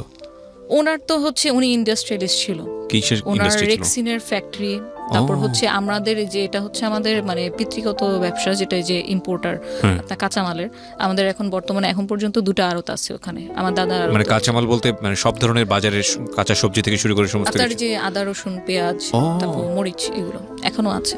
তো আমার দাদা এই ব্যবসাটা শুরু করেছে এবং সেটা তার ছেলেরা, হ্যাঁ সেটা তার ছেলেরা আর কি ধরে এখনো ক্যারি করছে। মানে পেঁয়াজ টেয়াজের কোনো রকম ঝামেলা হলে আপনাদের সঙ্গে যোগাযোগ করলে হবে। অবশ্যই। হ্যাঁ, তো ওই জিনিসটা আমার ভিতরে কাজ করতো যে আমি আমার দাদা যদি এত স্ট্রাগল করে, আমি তো দেখেছি, আমি তো একদম মানে 100% সাক্ষী যে কষ্ট করে যদি তুমি অনেস্ট থেকে এবং কষ্ট করে তোমার নিয়ত যদি সৎ হয়, তুমি কোত্থেকে কোথায় যেতে পারো। ওকে, আমরা যেখানটায় ছিলাম তারপর তাহলে আমি যদি আজকে আমি নিজে লিফলেট বিলি করলাম, বা নিজে দেখা গেছে যে আমার ফুলের ওয়ার্কারের জায়গায় আমি তো প্রত্যেকটা কাজ বলবো হাতে ধরে শেখা, আমি যে শুধুমাত্র ভেন্ডর হায়ার করেছি তা না। এই যে বেলুন কিভাবে আপনার ফ্লাওয়ারের একটা শেপ নিয়ে আসতে হবে, সেটা কিন্তু আমি আমার ওয়ার্কারকে শিখাইছি। ইউটিউবে ভিডিও দেখে, টিউটোরিয়াল ভিডিও দেখে, ওরা তো এসব জানে না, ওরা টেকনোলজি থেকে অনেক দূরে। সো প্রতিটা কাজ আমার হাতে দেখিয়ে করানো। তো আমার কথা হচ্ছে যে যদি আমি কোনো কাজ করে সেটা সম্মানের সাথে অনেস্টের সাথে যদি আমি আর্ন করি, সেটাতে তো লজ্জার কিছু নেই। এখন যদি একটা সিএনজি ওয়ালার কথা বলি, সে তো অ্যাটলিস্ট ভিক্ষা করছে না, সে কাজ করছে, কাজ করে কামাচ্ছে, তাকে তো হচ্ছে আমরা অসম্মানের চোখে দেখতে পারি না। তো আব্বুর সাথে যেটা দেখা গেছে, আব্বুর জায়গা থেকে দাঁড়িয়ে তার মেয়ে হিসেবে আমাকে যেটা বলছিল সেটা আমি নিতে পারছিলাম। তো এই জায়গা থেকে কিছু আপনার দ্বন্দ্ব রেগুলারই হচ্ছে। তারপর আমি ফটোগ্রাফি শুরু করি, ফটোগ্রাফিও করি, আমার ফটোগ্রাফি করার শখ ছিল। ওটা নিয়েও দেখা গেল যে না, মানুষের ছবি তোলা ঠিক হবে না, মানুষের ছবি তোলা ঠিক না, এটা অ্যাগ্রি করি। এবং অ্যাগ্রি করি বলেই আমি 2 বছর কন্টিনিউ করে তারপর আর ফটোগ্রাফি করিনি। তো দিন যত যেতে থাকে আমার দিক থেকে আপনার মানে স্কোপটা কমতে আসে। আমি এক সময় হতাশ হয়ে যাই যে আমি তো বাসায় তখন অলরেডি মান্থলি কিছু না কিছু দিচ্ছি, দেখা গেছে যে হচ্ছে আমার প্রতি মাসে বাজারটা হয়তো আমি করে ফেলতেছি। এবং মোহাম্মদপুরে যাওয়ার পর থেকে যেটা হয়েছে যে আমাদের ওই যে একটা কেয়ারটেকার থাকার যে একটা ছোটবেলা থেকে বেড়ে ওঠা, ওই কেয়ারটেকার জিনিসটা আর ছিল না। এখন নিজেদের কেয়ার নিজেদেরই করতে হবে। সো যেহেতু মোহাম্মদপুর থাকি, আমি বাজার, কাঁচা বাজার যেটাকে বলে, বাসার সদাই কেনা, এটা আমিই করতাম। আমাকে ছোটবেলা থেকে আমার চাচা চাচি, খালা খালু, মামা এরা বলতো যে এটা তো কুতুবের, আমার আব্বু আর কি, কুতুবের মেয়ে না, ও হচ্ছে কুতুবের ছেলে। কারণ ওই যে ছোটবেলা থেকে এই ধরনের কাজ আমি করি। তো বাজারে একদম টোটালি 2010 থেকে শুরু করি, এখন 2020 চলে, 10 বছর ধরে আমার বাসার বাজার আমিই করি এখন পর্যন্ত। তো তখনও কন্ট্রিবিউট করছি, হয়তো কিছু কন্ট্রিবিউট করতে পারতেছিলাম বলে আব্বু একদম টোটালি জিনিসটাকে মানে ডিসএগ্রি করতে পারেনি। আচ্ছা করতেছে করুক, কিন্তু আব্বুর ধারণা এবং সবার ধারণা, আমার বোনের ধারণাও এটা ছিল যে ইভেন্ট ম্যানেজমেন্ট জিনিসটা মানুষ ভালো চোখে দেখে না। তারা ইভেন্ট বলতে ভাবে যে হয়তো আমরা যেটা দেখি বিভিন্ন ফেয়ারে গেলে আপনার রিপ্রেজেন্টেটিভ থাকে, কিছু ফর্মাল ড্রেসে পরা, আইডি কার্ড ঝুলানো, কি লাগবে স্যার, কি সার্ভিস দিতে পারি, এই ধরনের। ওনাদের কনসেপ্টটা অতটুকুর মধ্যে সীমাবদ্ধ ছিল যে দেখ, মানুষ তো আর বুঝবে না যে তুই এখানে নিজে ভেন্যুতে, মানে তুই মালিক, তুই ডিরেকশন দিচ্ছিস, কিন্তু কাজ করতেছে তোর আন্ডারে অন্য কেউ। মানুষ কিন্তু ইভেন্ট ম্যানেজমেন্ট বলতে এটাই ভাববে যে তুই নিজে ফিজিক্যালি ওইখানে গিয়ে হয়তো এরকম সবার সাথে মানে অ্যাজ এ জব টাইপের কাজ আর কি এরকম করতেছিস। তো এটা আসলে আমাদের সাথে যায় না। আমাদেরকে মানুষ কি বলবে, যারা পরিচিত আত্মীয় স্বজন আছে এরা তো এটা ভালো চোখে দেখবে না, ইভেন দেখছে না এখন পর্যন্ত, তুই এটা ছেড়ে দে। তো এরকম বোনের সাথেও দ্বন্দ্ব চলতেছে, বাবার সাথেও দ্বন্দ্ব চলতেছে। আমাকে এটা মানে ম্যানেজ করতে খুব কষ্ট করা লাগছে। ম্যানেজ আমি ততদিন পর্যন্ত করতে পারিনি যতদিন না আমি আরো বড় বড় কোনো কাজ আমি নিয়ে আসতে পারতেছিলাম। কন্টিনিউ আমরা মার্কেটিং করার চেষ্টা করতেছি কিভাবে আরেকটু ভালো কাজ করা যায়। তো আল্লাহর অশেষ রহমতে দেখা গেছে যে অ্যাটলিস্ট 3 বছর যখন কেটে যায়, আমরা মোটামুটি তখন কিছু টুকটাক কর্পোরেট কাজ করা শুরু করি। যেমন আমরা বসুন্ধরা সিটি শপিং মলে আপনার রমজান মাসে যে 1 মাসের একটা ডেকোরেশন থাকে, আউটডোরে গেট থাকে, এই কাজটা আমরা প্রভিটা গ্রুপের স্পন্সরশিপ নিলাম, নিয়ে ওদের ব্যানারে আমরা ওখানে ডেকোরেশন করি। তখন আমরা রিয়েলাইজ করি কর্পোরেট কাজ কতটুকু ভ্যাস্ট হয়। মানে আপনার বসুন্ধরার সেই অ্যাডমিন লেভেলে গিয়ে ওনাদেরকে প্রপোজাল দেওয়া, এবং তখন যেটা আমরা ফিল করি যে যেটা বললাম যে আমাদের ডকুমেন্ট ছিল না, কোনো ট্রেড লাইসেন্স, টিন সার্টিফিকেট, এই জিনিসগুলা, আমাদের কোম্পানির নামে ব্যাংকে অ্যাকাউন্ট আছে কিনা, এই জিনিসগুলো যখন ভেরিফাই করা শুরু করে, তো তখন দেখা গেল যে এই জায়গা তো আমরা ধরা। তাহলে আমরা এখন যে আমরা কাজ করব, একটু কর্পোরেট লেভেলে ঢুকবো, বড় কোনো কাজ করবো, সেক্ষেত্রে তো আসলে ওরকম পেরে উঠতেছি না। তো আমি পরে স্যারদের সাথে কথা বলে কনভিন্স করলাম যে স্যার, আমরা আসলে সত্যি কথা বলতে কর্পোরেট কাজ আমরা টুকটাক করেছি, বাট এরকম ভ্যাস্ট লেভেলে এখন পর্যন্ত করিনি। আপনি যদি আমাদের কাজের পোর্টফোলিও দেখতে চান, পোর্টফোলিও দিতে পারি, আমরা হয়তো খুব শীঘ্রই এটা আপনি যেটা যেটা ডকুমেন্ট বললেন আমরা করে ফেলবো। তো উনি খুবই সাপোর্টিভ ছিল, ওনার মেয়ের মতো করে আমাদেরকে বুঝালেন যে দেখো, তোমরা যেহেতু করতেছো তাহলে প্রফেশনালি করো, জিনিসটাকে এরকম করলে তোমাদের জন্য বেটার হবে, আরো বড় বড় ভালো ভালো কাজ তোমরা নিতে পারবা। কারণ হয়তো আজকে তোমার সাথে আমি কথা বলে কনভিন্স বলে আমি তোমাকে কাজটা দিচ্ছি, আদারওয়াইজ সবাই কিন্তু কর্পোরেট কাজ এভাবে দেয় না, এই ডকুমেন্টগুলো ডিটগুলো লাগে। তো তারপর আমরা কিছু কর্পোরেট কাজ করার পর যখন দেখলাম যে না, কর্পোরেট কাজ করার পরে বাসার মানে মতিগতি কিছুটা হলেও আস্তে আস্তে চেঞ্জ আসতেছে। যখন বললাম যে আমি বসুন্ধরা সিটিতে আছি মিটিংয়ে, ও আচ্ছা ঠিক আছে ওকে, যখন আব্বু কল দিত, তো যখন বুঝতে পারলাম যে ওনার মাইন্ডসেটটা এরকম যে কোনো অফিসিয়াল এনভায়রনমেন্টে কাজ করতে পছন্দ করে, তো উনি চায় ওনার মেয়েও ওরকম কোনো কিছু করুক। কিন্তু এই যে ওয়েডিং পার্টি, বার্থডে পার্টি, এই কাজগুলোকে ওনাকে আমি আর মানে কনভিন্স করতে পারলাম না, সেটা যত বাজেটেরই কাজ হোক না কেন। তো এর মধ্যে যখন ক্লায়েন্টদের সাথে ডিলিংসগুলো আমার পার্টনার করে যাচ্ছে কন্টিনিউ, এবং আমিও দেখা গেছে যে প্রতিনিয়তই নতুন নতুন কি ডিজাইন করা যায়। কারণ আমার যেটা মাইন্ডসেট ছিল যে আপনি যদি মার্কেটে একটা কম্পিটিটিভ মার্কেটে ঢোকেন, আপনার প্রোডাক্ট যদি ইউনিক না হয় তাহলে ক্লায়েন্ট কিন্তু আপনার কাছ থেকে প্রোডাক্ট নিবে না। কারণ আপনি যেটা দিচ্ছেন ডিসকাউন্টে, এরকম ডিসকাউন্ট তো আরো 10 জন দিচ্ছে, আরো 20 জন দিচ্ছে, কিন্তু ওই 10 জন 20 জনের সাথে আপনার কোনো একটা জায়গায় পার্থক্য তো থাকা লাগবে। সো আপনার প্রোডাক্ট বা আপনার ডিজাইনটা যদি ইউনিক না হয় সেক্ষেত্রে আপনি টিকে থাকতে পারবেন না। আমি কন্টিনিউ ওই ক্রিয়েটিভ লাইনেই মানে আমার সময় দিয়ে যাচ্ছি, সময় ব্যয় করছি। এই দিক থেকে যেটা হলো, আমি আমার পার্টনারকে তো টোটালি 100% 110% আমি ট্রাস্ট করে আসতেছি। কারণ হিসাব কিতাব থেকে শুরু করে সবকিছু ওই দেখতো, ব্যাক স্টেজের কাজগুলো আমি দেখতাম, কিন্তু ফ্রন্টাল ডিলিংস গুলো ক্লায়েন্টের সাথে অ্যাকাউন্টসের জিনিসগুলো সব ও দেখছে। 2014 ডিরেক্ট যদি আসি, কারণ এটা কন্টিনিউ হচ্ছে আপনার আপ টু 2014 সেম জিনিসই চলে আসছে। Started from 2010। ইয়া 2010। আপনি 4 বছর পরের কথা বলছেন। হ্যাঁ, 4 বছর পরে কথা বলছি।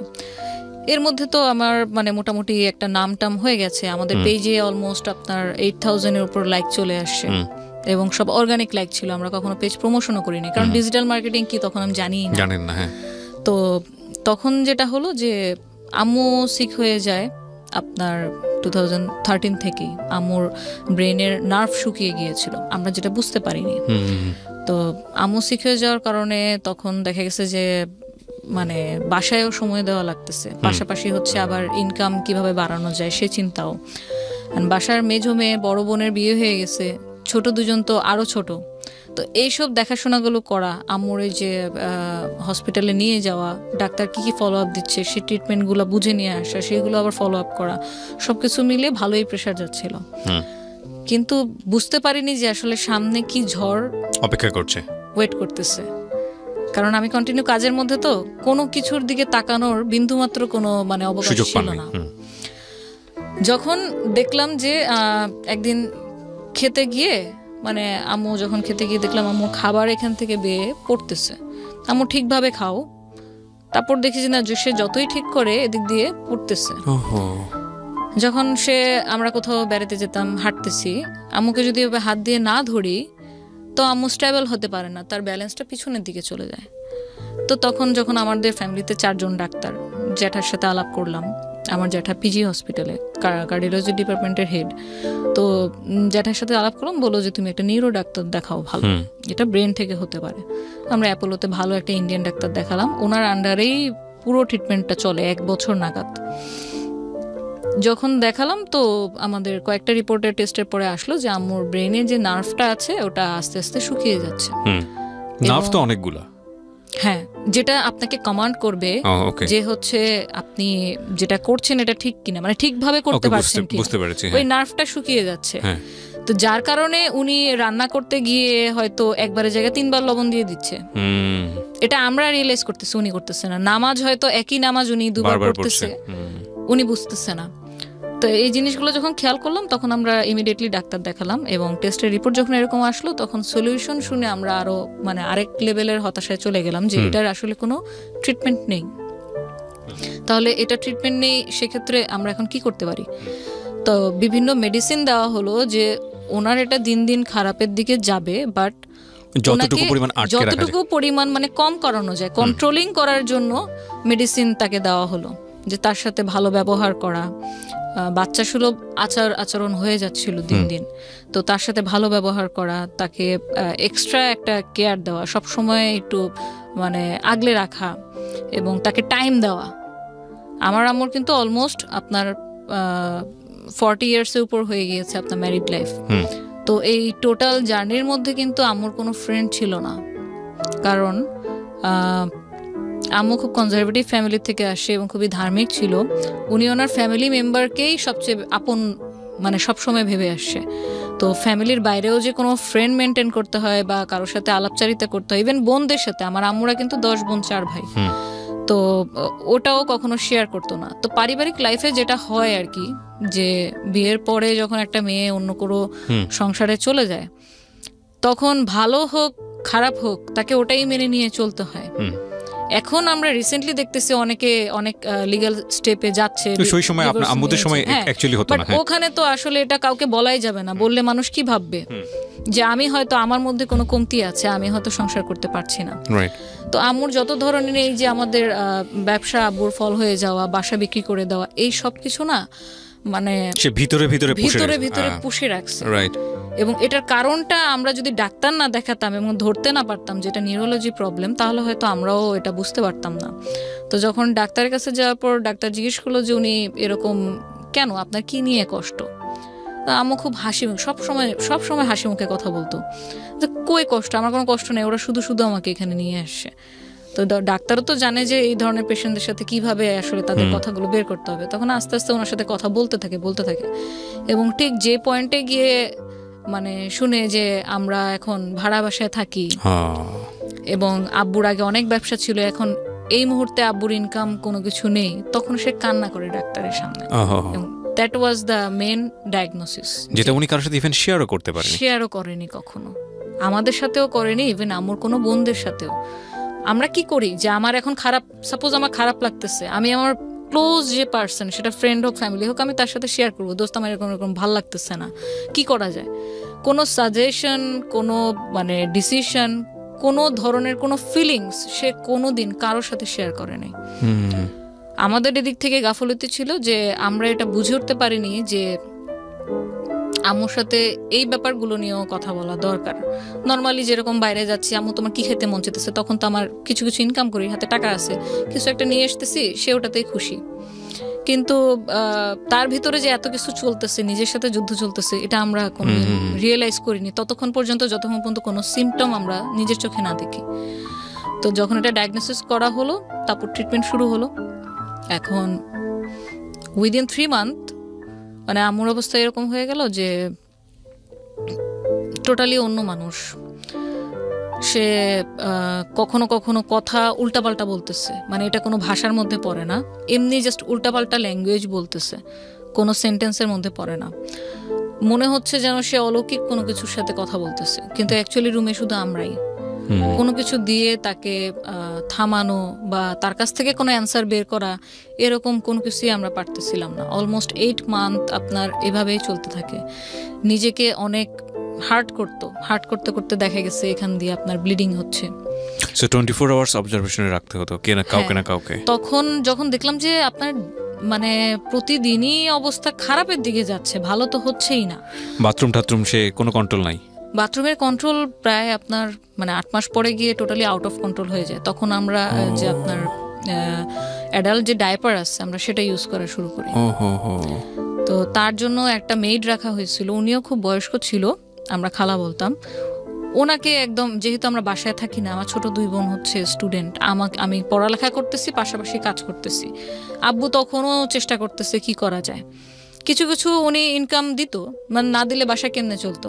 সেভিংস ছিল, কিছু ইনকাম করতো, কিন্তু পার্মানেন্ট যে কোনো একটা ইনকাম সোর্সের সলিউশন সেটা কিন্তু তখনও হয়নি। অ্যান্ড ইটস অলমোস্ট মানে 2013 শেষের দিকে। তো যখন দেখলাম যে আম্মুর এরকম কোনো মানে ভালো তো হচ্ছেই না, দিন দিন আরো খারাপ হচ্ছে, তখন দেখলাম যে আমার কাজের প্রেশার কিছুটা যদি কমিয়ে দিয়ে আমি আম্মুর দিকে সময় দিই, হয়তো তার মানে মেন্টাল যে স্টেটটা আছে সেটা একটু বেটার হইতে পারে। তো তখন এক পর্যায়ে দেখলাম যে আম্মুর নিজের উপর থেকে টোটালি কন্ট্রোল নাই, এবং 6 মাস পর্যন্ত ওনার কোনো জ্ঞান ছিল না। মানে কি করতেছে? আমি তানিয়া, আমার ছোট 2 বোন, আমরা যে তার মেয়ে, আব্বু যে তার স্বামী, ওই বাসায় কে থাকে, শি হ্যাড নো সেন্স, তার কোনো সেন্স নাই টোটালি। যদি আপনি বলেন যে একটা মেন্টাল পেশেন্ট যেরকম থাকে, যে তার স্মৃতিশক্তি হারিয়ে গেলে যেরকম হয় অবস্থা, আম্মুর অবস্থা ওরকম ছিল প্রায় 6 মাসের মতো। ওকে, আমরা যেখানটায় ছিলাম তারপর তো এই 6 মাস যে কিছুই বুঝতেছে না, একটা বাচ্চাকে আমরা কি করি, সে কিছুই বুঝে না। আমি তাকে কি কমান্ড করতেছি, বাবা তুমি বসো, বাবু তুমি খাও, বাবা তুমি এটা ধরো না, ওই বাচ্চা কিন্তু ততদিন পর্যন্ত আপনার ল্যাঙ্গুয়েজ বুঝবে না যতদিন পর্যন্ত না তার মধ্যে ভাষার বোধটা আসবে। তো আপনি ধরে নিতে পারেন যে আমার আম্মু আবার মানে সেই বাচ্চার কালেই চলে গেছে।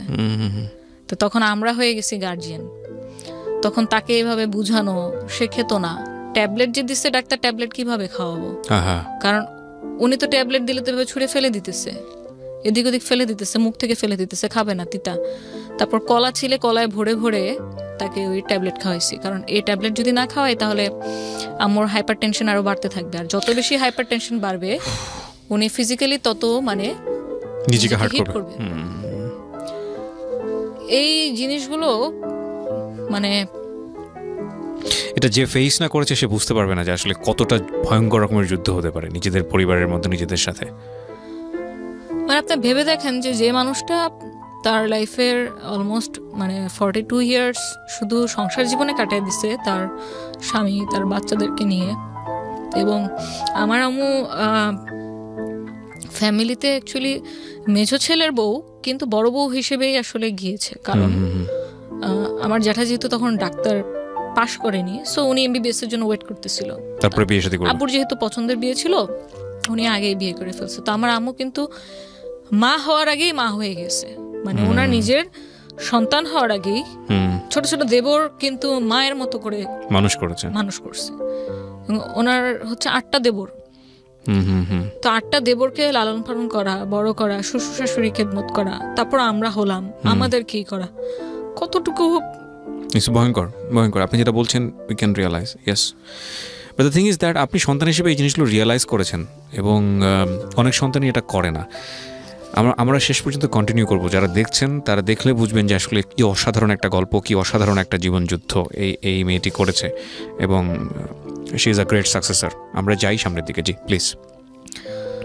এবং আপনি বলছিলেন যে ওই সময়ই বোধহয় আপনার পার্টনারের সাথে কোনো একটা বিষয় নিয়ে কথা বলতে যাচ্ছিলেন। হ্যাঁ, এটাতে আসতেছিলাম। তো আমার সাথে যখন এই ট্রিটমেন্ট চলতে থাকে, একদিন হঠাৎ আমরা কিন্তু খুব ভালো কাজ করতেছিলাম আমাদের অলমোস্ট, তখন আমি যদি একটু মেনশন করি, আমরা 100টার উপর ওয়েডিং ইভেন্ট করে ফেলি 4 বছরে, উইদিন 4 ইয়ার্স 100টার উপর ওয়েডিং ইভেন্ট করে ফেলি, এবং বার্থডে প্লাস আপনার 40-50টার মতো হয়ে যায়। আমরা আস্তে আস্তে খুব রিনোন হয়ে যাই, আমাদের রেগুলার কাজ আসতে থাকে, আমরা কাজ করতে থাকি। হয় কি, আমি জাস্ট নিজের লাইফে আমার আব্বুর প্রতিচ্ছবি দেখতে পারতেছিলাম। আমার আব্বু যতগুলো কর্মচারীকে হাতে ধরে কাজ শিখাইছে, সেই কর্মচারীগুলো একটা পর্যায়ে গিয়ে আব্বুর সাথে বিট্রে করছে, এবং এক্স্যাক্টলি সেম জিনিসটা আমার ক্ষেত্রে হয়েছে। আমি 4 বছর ধরে হাতে কলমে ধরে হোয়াট ইজ ইভেন্ট ম্যানেজমেন্টে কি কি জিনিস থাকে, আমরা কিভাবে ক্লায়েন্টকে অ্যাপ্রোচ করব, ক্লায়েন্ট কিভাবে আমাদের খুঁজে পাবে, আমরা কাকে দিয়ে কোন কাজ করাবো, কোন জিনিস কোথায় পাওয়া যায়, কোন কাজের বিল মার্কেট ভ্যালু অনুযায়ী কতটুকু রাখলে আমরা কাজের ডিলটা লক করতে পারবো, ক্লায়েন্টকে প্রেজেন্টেশন কিভাবে দিব, বার্গেন কোন লেভেলে করব, প্রফিট মার্জিন কত থাকবে, আমাদের মার্কেটিং কস্ট পরবর্তীতে কি কি থাকবে, ইচ অ্যান্ড এভরি ডিটেল হাতে কলমে শিখানো হয়েছে, কারণ ও তো ওই ব্যাকগ্রাউন্ড থেকে ছিল না, বাট আমার তো পার্সোনাল এক্সপিরিয়েন্স ছিল। ইনস্ট্যান্ট একদিন 2014 ফেব্রুয়ারিতে জাস্ট এমনি কোনো আগের থেকে কোনো ঝগড়াঝাটি নেই, কোনো মারামারি কাটাকাটি, নাথিং, ইনস্ট্যান্ট একদিন বলে বসলো, তানি আমি আর পার্টনারশিপে বিজনেস করব না। তো আই সেড ওকে, রিজন, কারণ কি, কোনো প্রবলেম হয়েছে আমাকে বলো, শেয়ার করো। তো বললো যে না, কোনো প্রবলেম নাই, বাট আমার কাছে মনে হইতেছে পার্টনারশিপে বিজনেস করা আর উচিত হবে না, আমি পার্টনারশিপে বিজনেস করতে চাই না। তো এখন সবচেয়ে তখন আমার কাছে যেটা মনে হলো যে আমি এত কিছু করলাম, জাস্ট কিছু যদি ডকুমেন্টস থাকতো আমার, আমি হয়তো এই সিচুয়েশনটাকে, যখন আমার আম্মু অলমোস্ট মানে এরকম এত অসুস্থ, আমি এত টেনশনে আছি, এখন বাসায় অ্যাডিশনাল আম্মুর একটা ওষুধের খরচও অ্যাড হয়েছে, এবং যে ওষুধগুলো দিত তাতে মান্থলি আপনার 5-6 হাজার টাকা দিয়ে শুধু ওষুধের খরচে চলে যেত। তো তখন আসলে আমার মাথায় কাজ করতেছিল না, আমার জাস্ট এটা মনে হচ্ছিল যে আমি সবচেয়ে বড় ভুল যেটা করলাম, পার্টনার হিসেবে নিয়েছি, সেটার কোনো ডিড আমাদের ছিল না।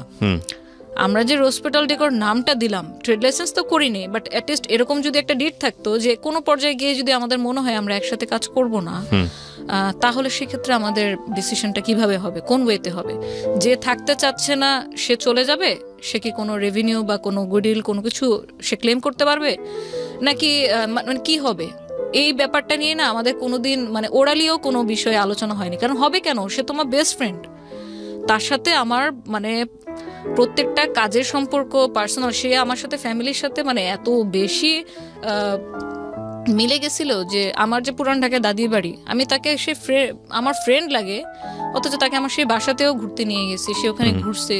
আমার দাদি তখন বেঁচে ছিল, সবাই তাকে খুব আদর যত্ন, মানে খুব ভালোভাবে তাকে ট্রিট করছে। তো সে আমার এত ক্লোজ ফ্রেন্ড, তার তো মুখ দিয়ে এই কথা আসার কথা না। সো যখন হুট করে এরকম একটা প্রপোজাল ওর কাছ থেকে পাই যে ও আমার সাথে আর থাকতে চাচ্ছে না, ও আলাদা মানে এই বিজনেসই করবে, বাট আলাদা কোনো একটা নাম নিয়ে করবে, ওর পার্সোনাল নাম নিয়ে করবে। তো তখন সাধারণভাবে আমি কোশ্চেন করলাম যে আচ্ছা ঠিক আছে, তুমি যেহেতু থাকতে চাচ্ছ না, তাহলে হসপিটাল ডেকোর এটা আমি কন্টিনিউ করব, তুমি তাহলে তোমার নতুন নামে করো। হ্যাঁ, আমি কোনো ঝামেলাতেই আসলে জড়াতে পছন্দ করি না, ঠিক আছে তুমি করো। ওটাতেও হচ্ছে প্রবলেম ছিল, কারণ অলরেডি তুমি কেন একটা মানে অলরেডি এটা একটা রেপুটেশন গেইন করে ফেলছে, 9,000 লাইক আছে, 8,000 লাইক আছে পেজে। সো সে মানে আমাকে চ্যালেঞ্জ থ্রো করলো, যেটাকে বলে ডিরেক্ট ভাষায়, যে তুমি যদি আসলেই কাজ জানো তাহলে তুমি মার্কেটে এসে দেখাও অন্য নামে, একই সাথে দুজন শুরু করি, দেখি কে আগে যায়। ফাইনাল ডিসিশনটা কি হলো আলটিমেটলি? জিনিসটা তো খুব মানে আমি জানি এটা কাদা ছোড়াছুড়ি হয়েছে এবং এটা নিয়ে অনেক ধরনের অভিজ্ঞতা, খুব ব্যাড এক্সপেরিয়েন্স আপনার আছে।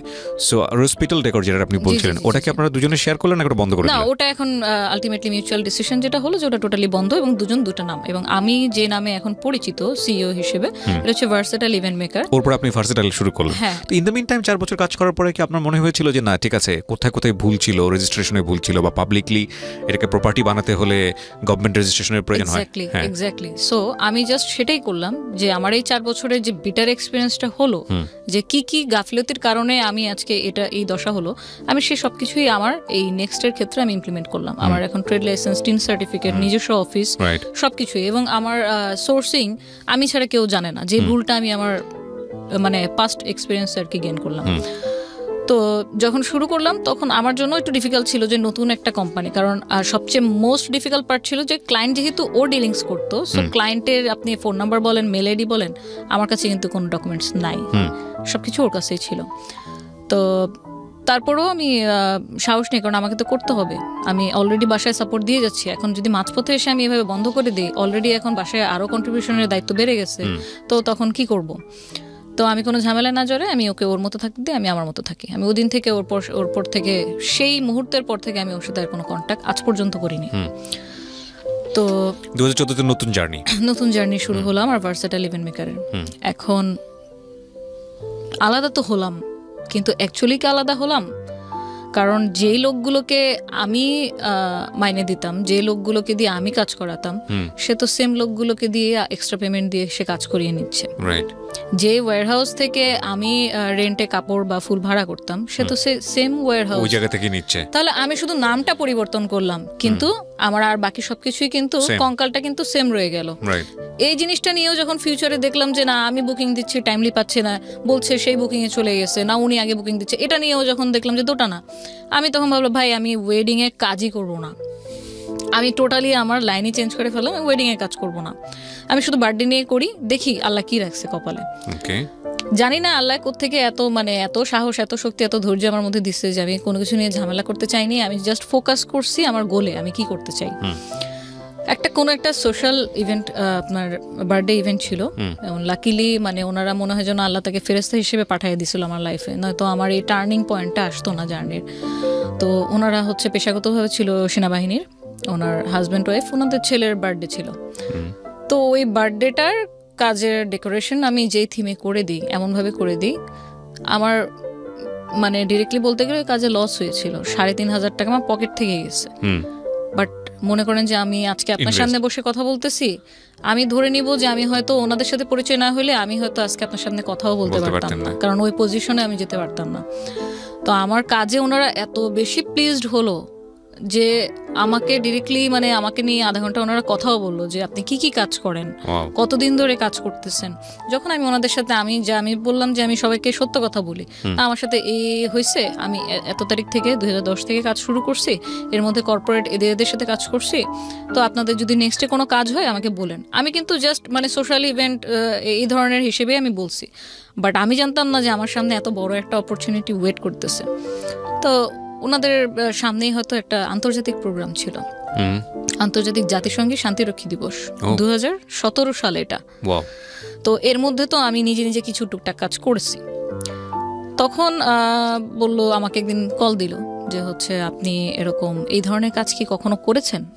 তো আমি বললাম এই ধরনের বলতে এই প্রোগ্রামে যা যা লাগবে সেগুলো আমি আপনাকে সাপোর্ট দিতে পারবো, বাট সত্যি কথা আমি এর আগে কোনো আন্তর্জাতিক কোনো জাতীয় কাজ করিনি। The thing is that honesty is the best policy. আমি সবসময় এটা বলি, আমরা ছোটবেলায় শিখেছি সততাই সর্বোৎকৃষ্ট পন্থা। আসলে না মানে নিজের উইকনেসকে কখনো গোপন করতে নাই, মানে পার্টিকুলারলি দুই একটা জায়গা ছাড়া, সেটা অন্য জিনিস, ওই ডিসকাশনে আসা যাবে না আজকে। কিন্তু আমার মনে হয় এইসব ডিলিংসের ক্ষেত্রে, বিজনেস ডিলিংসের ক্ষেত্রে সবসময় উইকনেসটাকে ওপেন রাখা ভালো, যে স্যার আমি এটা পারি, এটা আমি পারি না, এই জায়গাটা আমার উইকনেস, সো এতটুকুর জায়গাতে আমার কনফিডেন্ট আছে, এতটুকুর জায়গাতে আমার নাই। এতে করে হয় কি, যিনি আমাকে নিয়ে ডিল করছেন তারও কনফিডেন্টটা অনেক বেশি গ্রো করে, যে না আমি একটা অনেস্ট মানুষের সাথে ডিল করছি। রাইট। এবং এই জিনিসটা আমাকে অনেক মানে গ্রো করতে অনেক হেল্প করেছে। যেমন আমি ওনাদেরকে বলেছি যে আমি এর আগে কখনো কোনো ন্যাশনাল বা ইন্টারন্যাশনাল ইভেন্ট করিনি, বাট কর্পোরেট ইভেন্ট করার এক্সপিরিয়েন্স আমার আছে। সো আপনাদের একটা ইভেন্টে কি কি লাগবে, কোন স্টেজ লাগবে, কোন গেট লাগবে, কোন ব্র্যান্ডিং লাগবে, ওখানে চিফ গেস্ট কি মাননীয় প্রধানমন্ত্রী থাকবে না মাননীয় রাষ্ট্রপতি থাকবে না অন্য কেউ, আমাকে ওভাবে বললে আমি ওই অনুযায়ী আপনাদেরকে ডিজাইন দিতে পারবো। সো ওই যে আমার ফার্স্ট অপরচুনিটি আসলো যে ঠিক আছে আপনি তাহলে একটা প্রেজেন্টেশন দেন, যদি আমাদের সিনিয়র যিনি আছে উনি যদি আপনার প্রেজেন্টেশন পছন্দ করে দেন বাজেট দিবেন, কারণ সরকারি প্রোগ্রামে হয় কি 6-7 জন মিলে বিট করে, তারপর সের মধ্যে কস্ট মিনিমাইজ করে যে সবচেয়ে লোয়েস্ট বিট করে তাকে হচ্ছে কাজটা দেওয়া হয়। তো যেহেতু এটা আমার ফার্স্ট কাজ ছিল, এতটা সহজও আবার ছিল না যে আমি একদম আলাদিনের চেরাগ হাতে পেয়ে গেলাম। তো ওনারাও আমাকে আমার ক্যাপাবিলিটি টেস্ট করার জন্য আমাকে প্রথমে ওনাদের পার্সোনাল একটা ছোট ইভেন্ট আমাকে দেয়, যে তুমি যদি এখানে প্রুফ করে দেখাইতে পারো, তোমার কাজ দেখে আমরা বুঝবো নেক্সট কাজটা আমরা তোমাকে দিব কিনা, মানে কাজ তো দিব পরের কথা, প্রেজেন্টেশন দেওয়ার পারমিশন তোমাকে দিব কিনা। সো আল্লাহর অশেষ রহমত যে ওই প্রোগ্রামে 100% স্যাটিসফ্যাকশন আমি মানে ওনাদের কাছ থেকে নিই, এবং আমি আমার 100% 200% আমি দেওয়ার ট্রাই করছি, এবং আই এম মানে ব্লেসড যে আমি ওনাদের মতো গার্জিয়ানই বলবো, কারণ আমার কাছে এখন সেনাবাহিনী একটা ফ্যামিলি হয়ে গেছে, আমার সেকেন্ড ফ্যামিলি। কারণ আমি গত 4 বছর ধরে মানে প্রতিটা ইভেন্ট আমি সেনাবাহিনীর ইভেন্টই করছি, আমি সিভিল ইভেন্টের মধ্যে শুধু বার্থডে ছাড়া আর কোনোটা করিনি।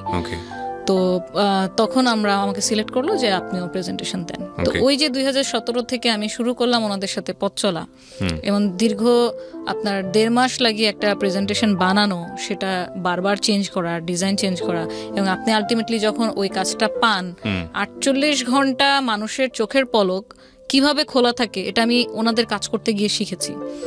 24 ঘন্টা আগে আপনাকে ওয়ার্ক অর্ডার দেওয়া হবে, 24 ঘন্টার মধ্যে আপনি 3টা ভেন্যু ডেকোরেশন কিভাবে করবেন এটা আমি ওনাদের সাথে কাজ করতে গিয়ে শিখেছি। তো এই 4 বছরের মানে পেশাগত যোগ্যতায় বলবো যে আমাকে ওনারা জাস্ট মানে ওয়ান ম্যান আর্মি বানিয়ে দিচ্ছে। তো এখন যদি আমাকে অনেক অনেক মানে আমি কি বলবো, আমি খুবই গর্ববোধ করি এটা বলতে যে আমি সেনাবাহিনীর কাজ করি, কারণ আমার কিছু প্রোটোকলের কারণে এই ধরনের প্রোগ্রামের কোনো ডকুমেন্টেশন কোনো কিছু আমরা মানে পাবলিকলি এটা দেই না। এখানে আমাদের কিছু প্রোটোকলের ব্যাপার আছে, যতটুকু দেওয়া প্রয়োজন আমরা শুধু ততটুকুই আমাদের ফেসবুক পেজে দিই। তো অনেকেই ভাবে কি আমার পুরাতন যে ক্লায়েন্টরা যে আপু আপনি কি এখন ইভেন্ট করেন না, আপনি কি ইভেন্ট ছেড়ে দিচ্ছেন, তো তারা হয়তো জানে না যে ভার্সেটাইল ইভেন্ট মেকার হচ্ছে আমার কোম্পানি। সো আমি আর কখনো ওই বিষয়টা নিয়ে আসলে আর মানে বলতে যাই না যে হ্যাঁ করি, কর্পোরেট কাজ করি, বাট আপনার কোনো কাজ হলে বলেন অবশ্যই করে দেব। তো আমি খুব এটা প্রাউড ফিল করি যে যেই মানুষটাকে আমি সবকিছু শিখালাম সেখান থেকে যখন আবার আলাদা হয়ে গেলাম, আমি এরকম প্রবলেমেটিক ফেস করার কারণে আমি ওয়েডিং সেক্টরটাই ছেড়ে দিলাম, দেন শুরু করলাম আবার নতুন করে টোটালি কর্পোরেট, তাও বাংলাদেশ সেনাবাহিনীর সাথে। সো ওইখানে কাজ করার ক্ষেত্রে আপনার প্রতিটা বছর 2017, 18, 19 পরপর 3 বছর কিন্তু এই প্রোগ্রামটা আমিই করি। এবং 2019 সালেও আপনার এই যে সমরাষ্ট্র প্রদর্শনী যেটা প্যারেড গ্রাউন্ডে হয়, সেখানে বঙ্গবন্ধু স্টল যেটাতে মাননীয় প্রধানমন্ত্রী সর্বপ্রথম এন্ট্রি করেছিল, ওই স্টলটা আমার হাতে করা, ওটা প্রত্যেকটা ডিজাইন আমার হাতে করা। তো ওইখানে আমরা একটা রেপ্লিকাও করি ইঞ্জিনিয়ার কোরের। তো এভাবে করে ওনাদের সাথে কাজ করতে করতে না একটা আন্তরিকতা, একটা সম্পর্ক হয়ে গেছে। আমি একটা জিনিস দেখলাম কাজ করতে গিয়ে যে আপনাকে কখনো কোনো প্রফেশনাল মানুষ আপনার এইজ, আপনি কি মেল না ফিমেল, আপনার প্রিভিয়াস এক্সপিরিয়েন্স কি, এই 3টা দিয়ে জাজ করবে না কোনো প্রফেশনাল মানুষ। কারণ আজকে আপনি যদি আমার ক্লায়েন্ট হন, আপনি এটা দেখবেন যে আমার ইভেন্টে উনি আমাকে কি দিতে পারবে। সো আমি ব্যাকে কি 1000টা কাজ করছি না 500টা কাজ করছি, কার সাথে কাজ করছি, দ্যাট ডাজন্ট মেক সেন্স। আমি আপনাকে কি দিব, দ্যাটস দ্য ডিল। সো আমি ওনাদের সাথে কাজ করতে গিয়ে সত্যিকারে মানে অনেক অনেক অনেক কিছু শিখেছি, এবং আমার লাইফের এই টার্নিং পয়েন্টটা আমি সম্পূর্ণভাবে ধন্যবাদ জানাই যে আমাকে এমনভাবে সাপোর্ট ওনারা দিয়েছে। এবং আমি যে হার্ডওয়ার্ক, ওনাদের সাথে আর্মিদের সাথে কাজ করা এত সহজ না। ওনারা প্রতিটা লেয়ারে যেভাবে কারেকশন করে, প্রত্যেকটা জিনিস যেভাবে ইঞ্চি ধরে ধরে মানে বুঝে নেয়, এটার সাথে মানে টিকে থাকাটা আমি মনে করি যে আমার ভিতরে আল্লাহ অন্য কোনো কিছু হয়তো দিয়ে দিয়েছে। কারণ আমি আমার সমগোত্রেরই অনেক কলিগকে দেখেছি সেনাবাহিনী বিভিন্ন লেডিস ক্লাবে প্রোগ্রাম করেছে, কিন্তু যখন এই বারবার কারেকশনগুলো আসে না, লাস্ট মোমেন্টে যখন 11th আওয়ারে কারেকশন আসে, এই কাপড়টা ভালো লাগছে না, কাপড়ের এই কালারটা চেঞ্জ করে দেন, তখন আমাদের মাথা নষ্ট, কি করব, রিসোর্স তো এখানে নাই। তো আমি যেহেতু হ্যাবিচুয়েটেড, তো আমার মনে হয় যে আমি একটা ব্লেসিং, আমি এটা নিয়েই আগাতে চাই, এটা নিয়েই সামনে করতে চাই। কি হলো মানে এই কাজগুলো আপনার পার্সোনাল লাইফের কি কি চেঞ্জেস আনলো? লাইক আমরা যতটুকু শুনেছিলাম যে আম্মু যখন সিক ছিল 2014-এ, যদি একটু বলি তো 2014-এর মার্চ মাসে, মে মাসের 6 তারিখে আম্মু কিন্তু মারা যায়। মারা যাওয়ার আগে যা যা আমরা ডিফিকাল্টিস ফেস করেছি তা আসলে আমি আপনার সাথে একটা না রিকভারি করেনি, এটা একটা প্রোগ্রামে বলে শেষও করা যাবে না আর বোঝানো যাবে না। আমাকে যদি বলেন যে আপনার লাইফের যদি কয়েকটা আপনার থেকে থাকে যে ইনকমপ্লিটনেস একটা বলেন, আমি সেই নাম্বার 1-এ বলবো যে আম্মু যখন তাকে হসপিটালে ভর্তি করলাম, যে না বাসায় কন্ট্রোল করা যাচ্ছে না, বাসায় উনি অনেক বেশি হাইপার হয়ে যাচ্ছে এবং উনি খাওয়া দাওয়া করছে না বলে ডিহাইড্রেশনে ওনার ঠোঁট কালো হয়ে গেছে। এখন যদি আমি ইমিডিয়েটলি ওনাকে স্যালাইন না দিই, আমিও আমাকে বাঁচাতে পারবো না। ইবনে সিনা বলেন, আমাদের ধানমন্ডির আশেপাশে যে কটা হসপিটাল প্রাইভেট ছিল কেউ ভর্তি রাখেনি। কেন? কারণ সবাই ভাবতেছে উনি মেন্টাল পেশেন্ট, তো ওনাকে তো নর্মাল হসপিটালে কেউ ভর্তি রাখেনি। তারপর আমরা ওখানে বাবর রোডেই একটা প্রাইভেট হসপিটাল ছিল, মানসিক হাসপাতাল, সেখানে আম্মুকে মানে নিয়ে যাই যে দেখেন এখন বাঁচাইতে হবে, আপনি স্যালাইন দেন, যা দেন, অন্য হসপিটালে ভর্তি নিচ্ছে না।